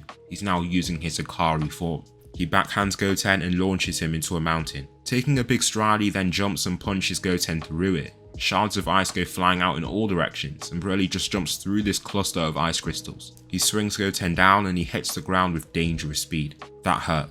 Goten ascends into Super Saiyan God and the fight just goes on in the same way. Broly's weaker but grows and eventually surpasses him. Goku decides to step in when he sees his son struggling. Even with Super Saiyan Blue, it's not enough for Goten.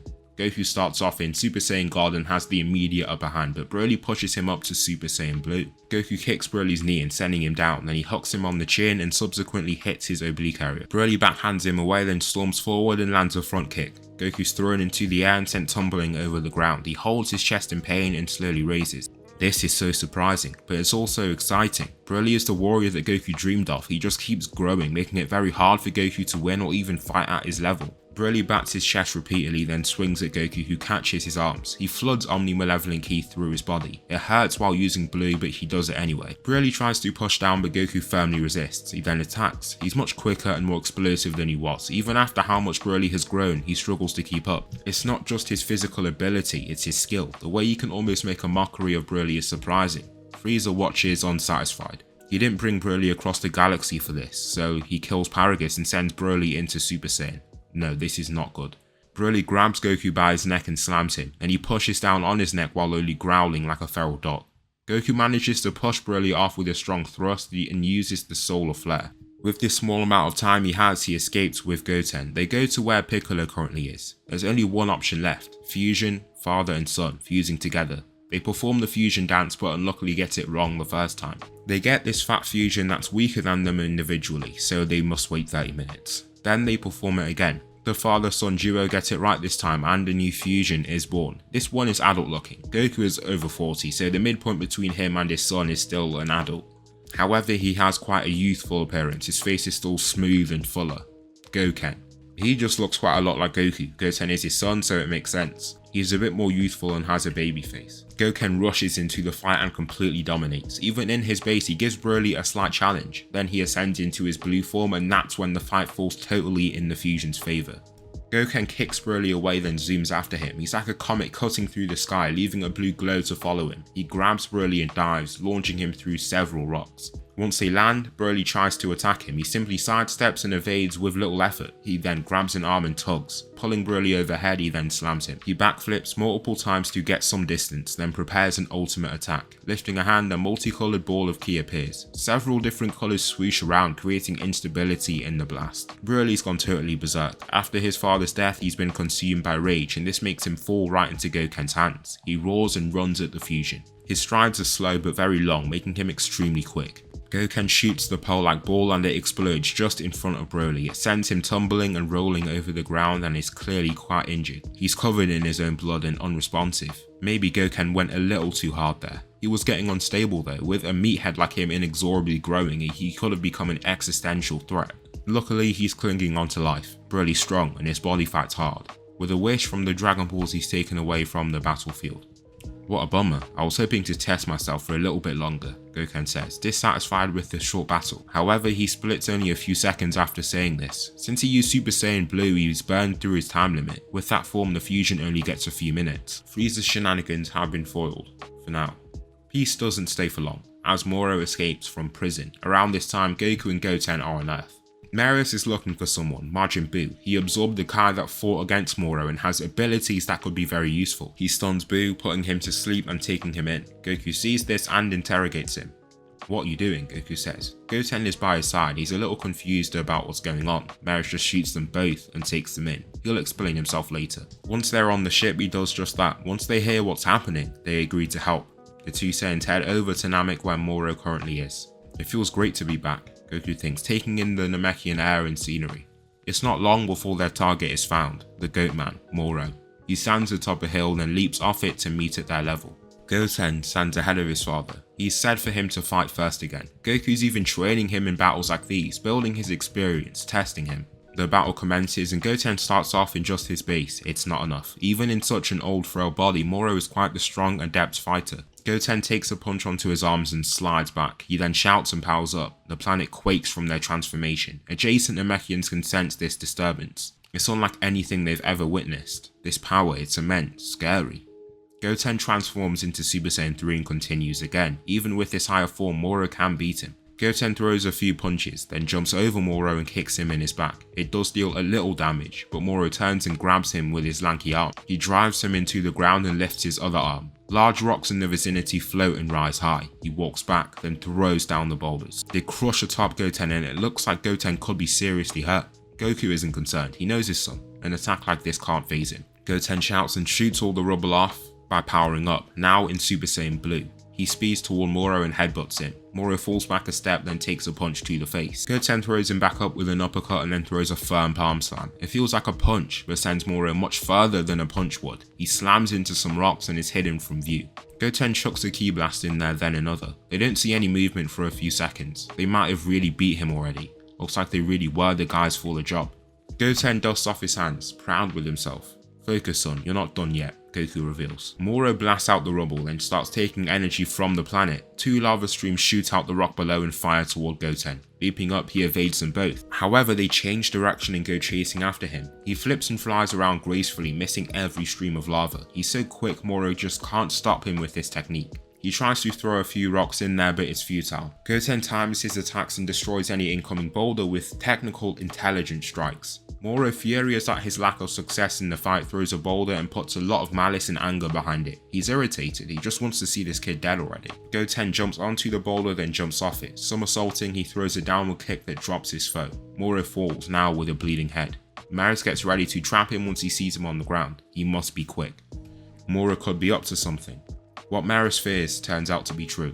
Moro starts taking ki directly from his opponent and Namek.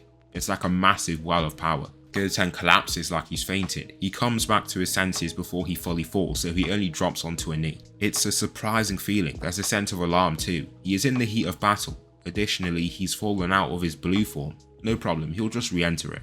While trying to achieve blue, He only gets basic Super Saiyan. It's Moro, he's absorbing his energy. This isn't good. Goku notices this. Goten won't be able to win in his Super Saiyan form. He's just been watching the fight. Goten only got the clear upper hand after going blue, therefore he intervenes. Moro freezes Goten and lifts a boulder. Goku swoops in and uses Super Saiyan God. He charges at Moro and lands a devastating elbow. It leaves him disoriented and hurt. He doesn't stop there though. He throws a sequence of slow but thoughtful punches. He finds Moro's most vulnerable openings and exploits them. Moro bloody takes a boulder and chucks it at Goku. He lifts a forearm and it simply crumbles over him. He then grabs Moro by his neck. "You're gonna die or go back to jail. It's your call," Goku says. He squeezes more tightly and his eyes flare purple. His ki is getting excited. This is how it wants him to act. Moro doesn't reply. "Answer," Goku shouts. For some reason, he has this smile that starts bugging Goku. "Thanks for the boost." Moro's been absorbing his energy and he took a lot. Goku's back into basic Super Saiyan. He hasn't got long in the form either. He abruptly retreats, then creates a ball of omnimalevolent ki. He principally focuses on destruction. He's only in Super Saiyan, so the erasure abilities of this blast are weak. Regardless, it can still cause damage. It lands on Moro's arm and shreds it off. It leaves a gory scene and Moro screams in pain. It's also ripped through the flesh in his torso. The blast aggressively tried to erase him, but his body was too strong. Goku then fires a barrage of these blasts. They each deal substantial damage and Moro screams out in agony as this happens. He even tries to heal to counteract the incurred damage. It keeps him away from death, but not from the torment. Maris chucks a binding substance over him and stops him. He's been arrested again. He got a little carried away there. It's hard for him to stay calm in battle. "I'm sorry, did I go overboard?" "Don't worry, if he's alive he'll heal. All that matters is he's in our hands now," Maris explains. Moro is brought back with the Galactic Patrol and placed right back in prison. Goku and Goten are just training when they're approached by a few people. The Heaters. They get told that a villain hijacked their ship and they ask them for help. I mean, what else are they doing? They offer their help and head over to Planet Cereal. It takes 18 days and they arrive on Cereal. Granola was informed that 2 Saiyan assassins are coming to take him out. He can't wait to meet them, to slaughter them just like they did his people. Goku and Goten are currently airborne searching the area. They can't really find anything interesting. Goku's then shot in the back of his head. "Father," Goten calls out. He looks down to the source then enters Super Saiyan. Another blast fires their way and he tries to slap it away. Goten gets quite surprised at the force behind the blast. It leaves a sizey bruise and knocks his whole body back. If he didn't brace for that, it could have been much worse. Goku and Goten descend and Granola then reveals himself. He can't hide any longer. Just looking at their faces makes him furious. Saiyans. Killers. He shoots a precise beam, hitting another one of Goku's pressure points. He then shoots his hand at Goten's neck, hitting a vulnerable spot too. Goten chokes, holding his neck and retreating. That hit had some serious force behind it. To be honest, it nearly knocked him out. He ascends into his god form and starts fighting Granola. He throws 3 quick snappy punches, but they're all parried. Then he takes a kick to his oblique followed by an elbow straight on the chin. Granola flattens his hands, then jabs him forward twice. He hits 2 pressure points and knocks his opponent out. Goku watches his son fall, his eyes wide. His heart sinks, but he feels a little calmer after seeing he's alive. He can still sense a signature. He might be seriously hurt though. Goku erupts with his dark omni-malevolent ki. Granola moves quick, moving so fast Goku can't react. He eats a punch to the face and is rocketed away. Granola charges after him, giving him no room. How strong is he? He is excited to be fighting someone strong, but how can some random mortal just be this strong? He's had training directly from an angel, but this guy is matching him in Super Saiyan God? Granola throws a quick 2-piece, but it lands on Goku's sturdy block. His arms are raised though, so Granola aims for his lower torso. He dips and lands a hook to a pressure point. It's like a shot to the liver, but 10 times worse. Goku just feels like collapsing. It's almost like his body shuts down. His conviction is the only thing keeping him on his feet, his determination. Before he's fully endured that hit, Granola lands another right after. Then he gets hit with a palm slam to the face. He's thrown back to his son, greatly hurt by those hits. "So, you're the assassins that came to kill me. There's nothing you can do. Frieza will perish," Granola shouts as he walks toward them. "Goten, stay back," Goku urges. He puts out his arm and Goten does just that. This guy's terrifying. He's unbelievably strong and the way he fights. His punches hurt a lot more than they should. Goku can see he's using some form of deadly technique. He's smarter and more resilient than his son. If anyone figures this out, it's him. Assassins. Granola doesn't respond and just goes into attack. He aims his index and middle finger, then shoots a laser beam. Goku just evades and the beam misses him by a hair. He then chucks his destruction blast. The blast lands square on Granola's chest but only leaves a bruise. Even with destruction, that's all the damage caused. Wow, this guy might make Goku go all out. After defeating Moro, his body rewarded him a lot. He received an impressive new ability. It shocked him when he started using it. Goku's pink aura starts to fill with blues and whites. It looks like a galaxy so captivating and mystical. Goku has this glow, it's like he's a revered monarch, a divine being. He debuts Ultra Instinct Omen.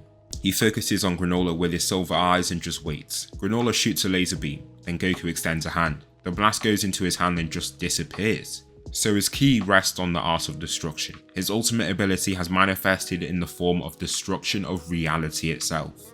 Goku can destroy events or erase them, so it's like it never happened. Granola goes on the offensive and does well. Even in UI Omen, Goku struggles to keep up. He shows off the abilities of Ultra Instinct, evading incoming attacks with elegance and grace. He flows around every incoming attack. His style is not just effective, it's beautiful.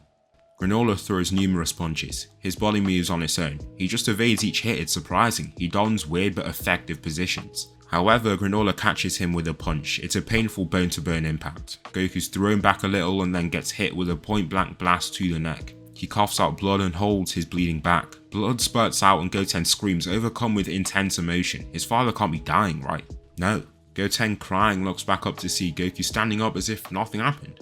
Granola pulls back his arm shocked. In an instant, Goku is stood straight up and in perfect health. He shoots another blast, but Goku destroys it using his erasing technique. You must be wondering what I'm doing. I'm erasing your attacks from reality. It's like they never happened. Goku acts confident but hides the main drawback of the technique. It takes a lot of energy. He can only do a handful of erasures before gassing out completely. Granola is clearly annoyed. You can see it in his face. That annoyance intensifies into rage and he shoots a barrage of beams at Goku. A simple barrier blocks all the blasts. Granola, now panting after that barrage, roars and charges at Goku. He can't let the Saiyans win. Just that thought irks him. It makes him feel boiling hot with anger.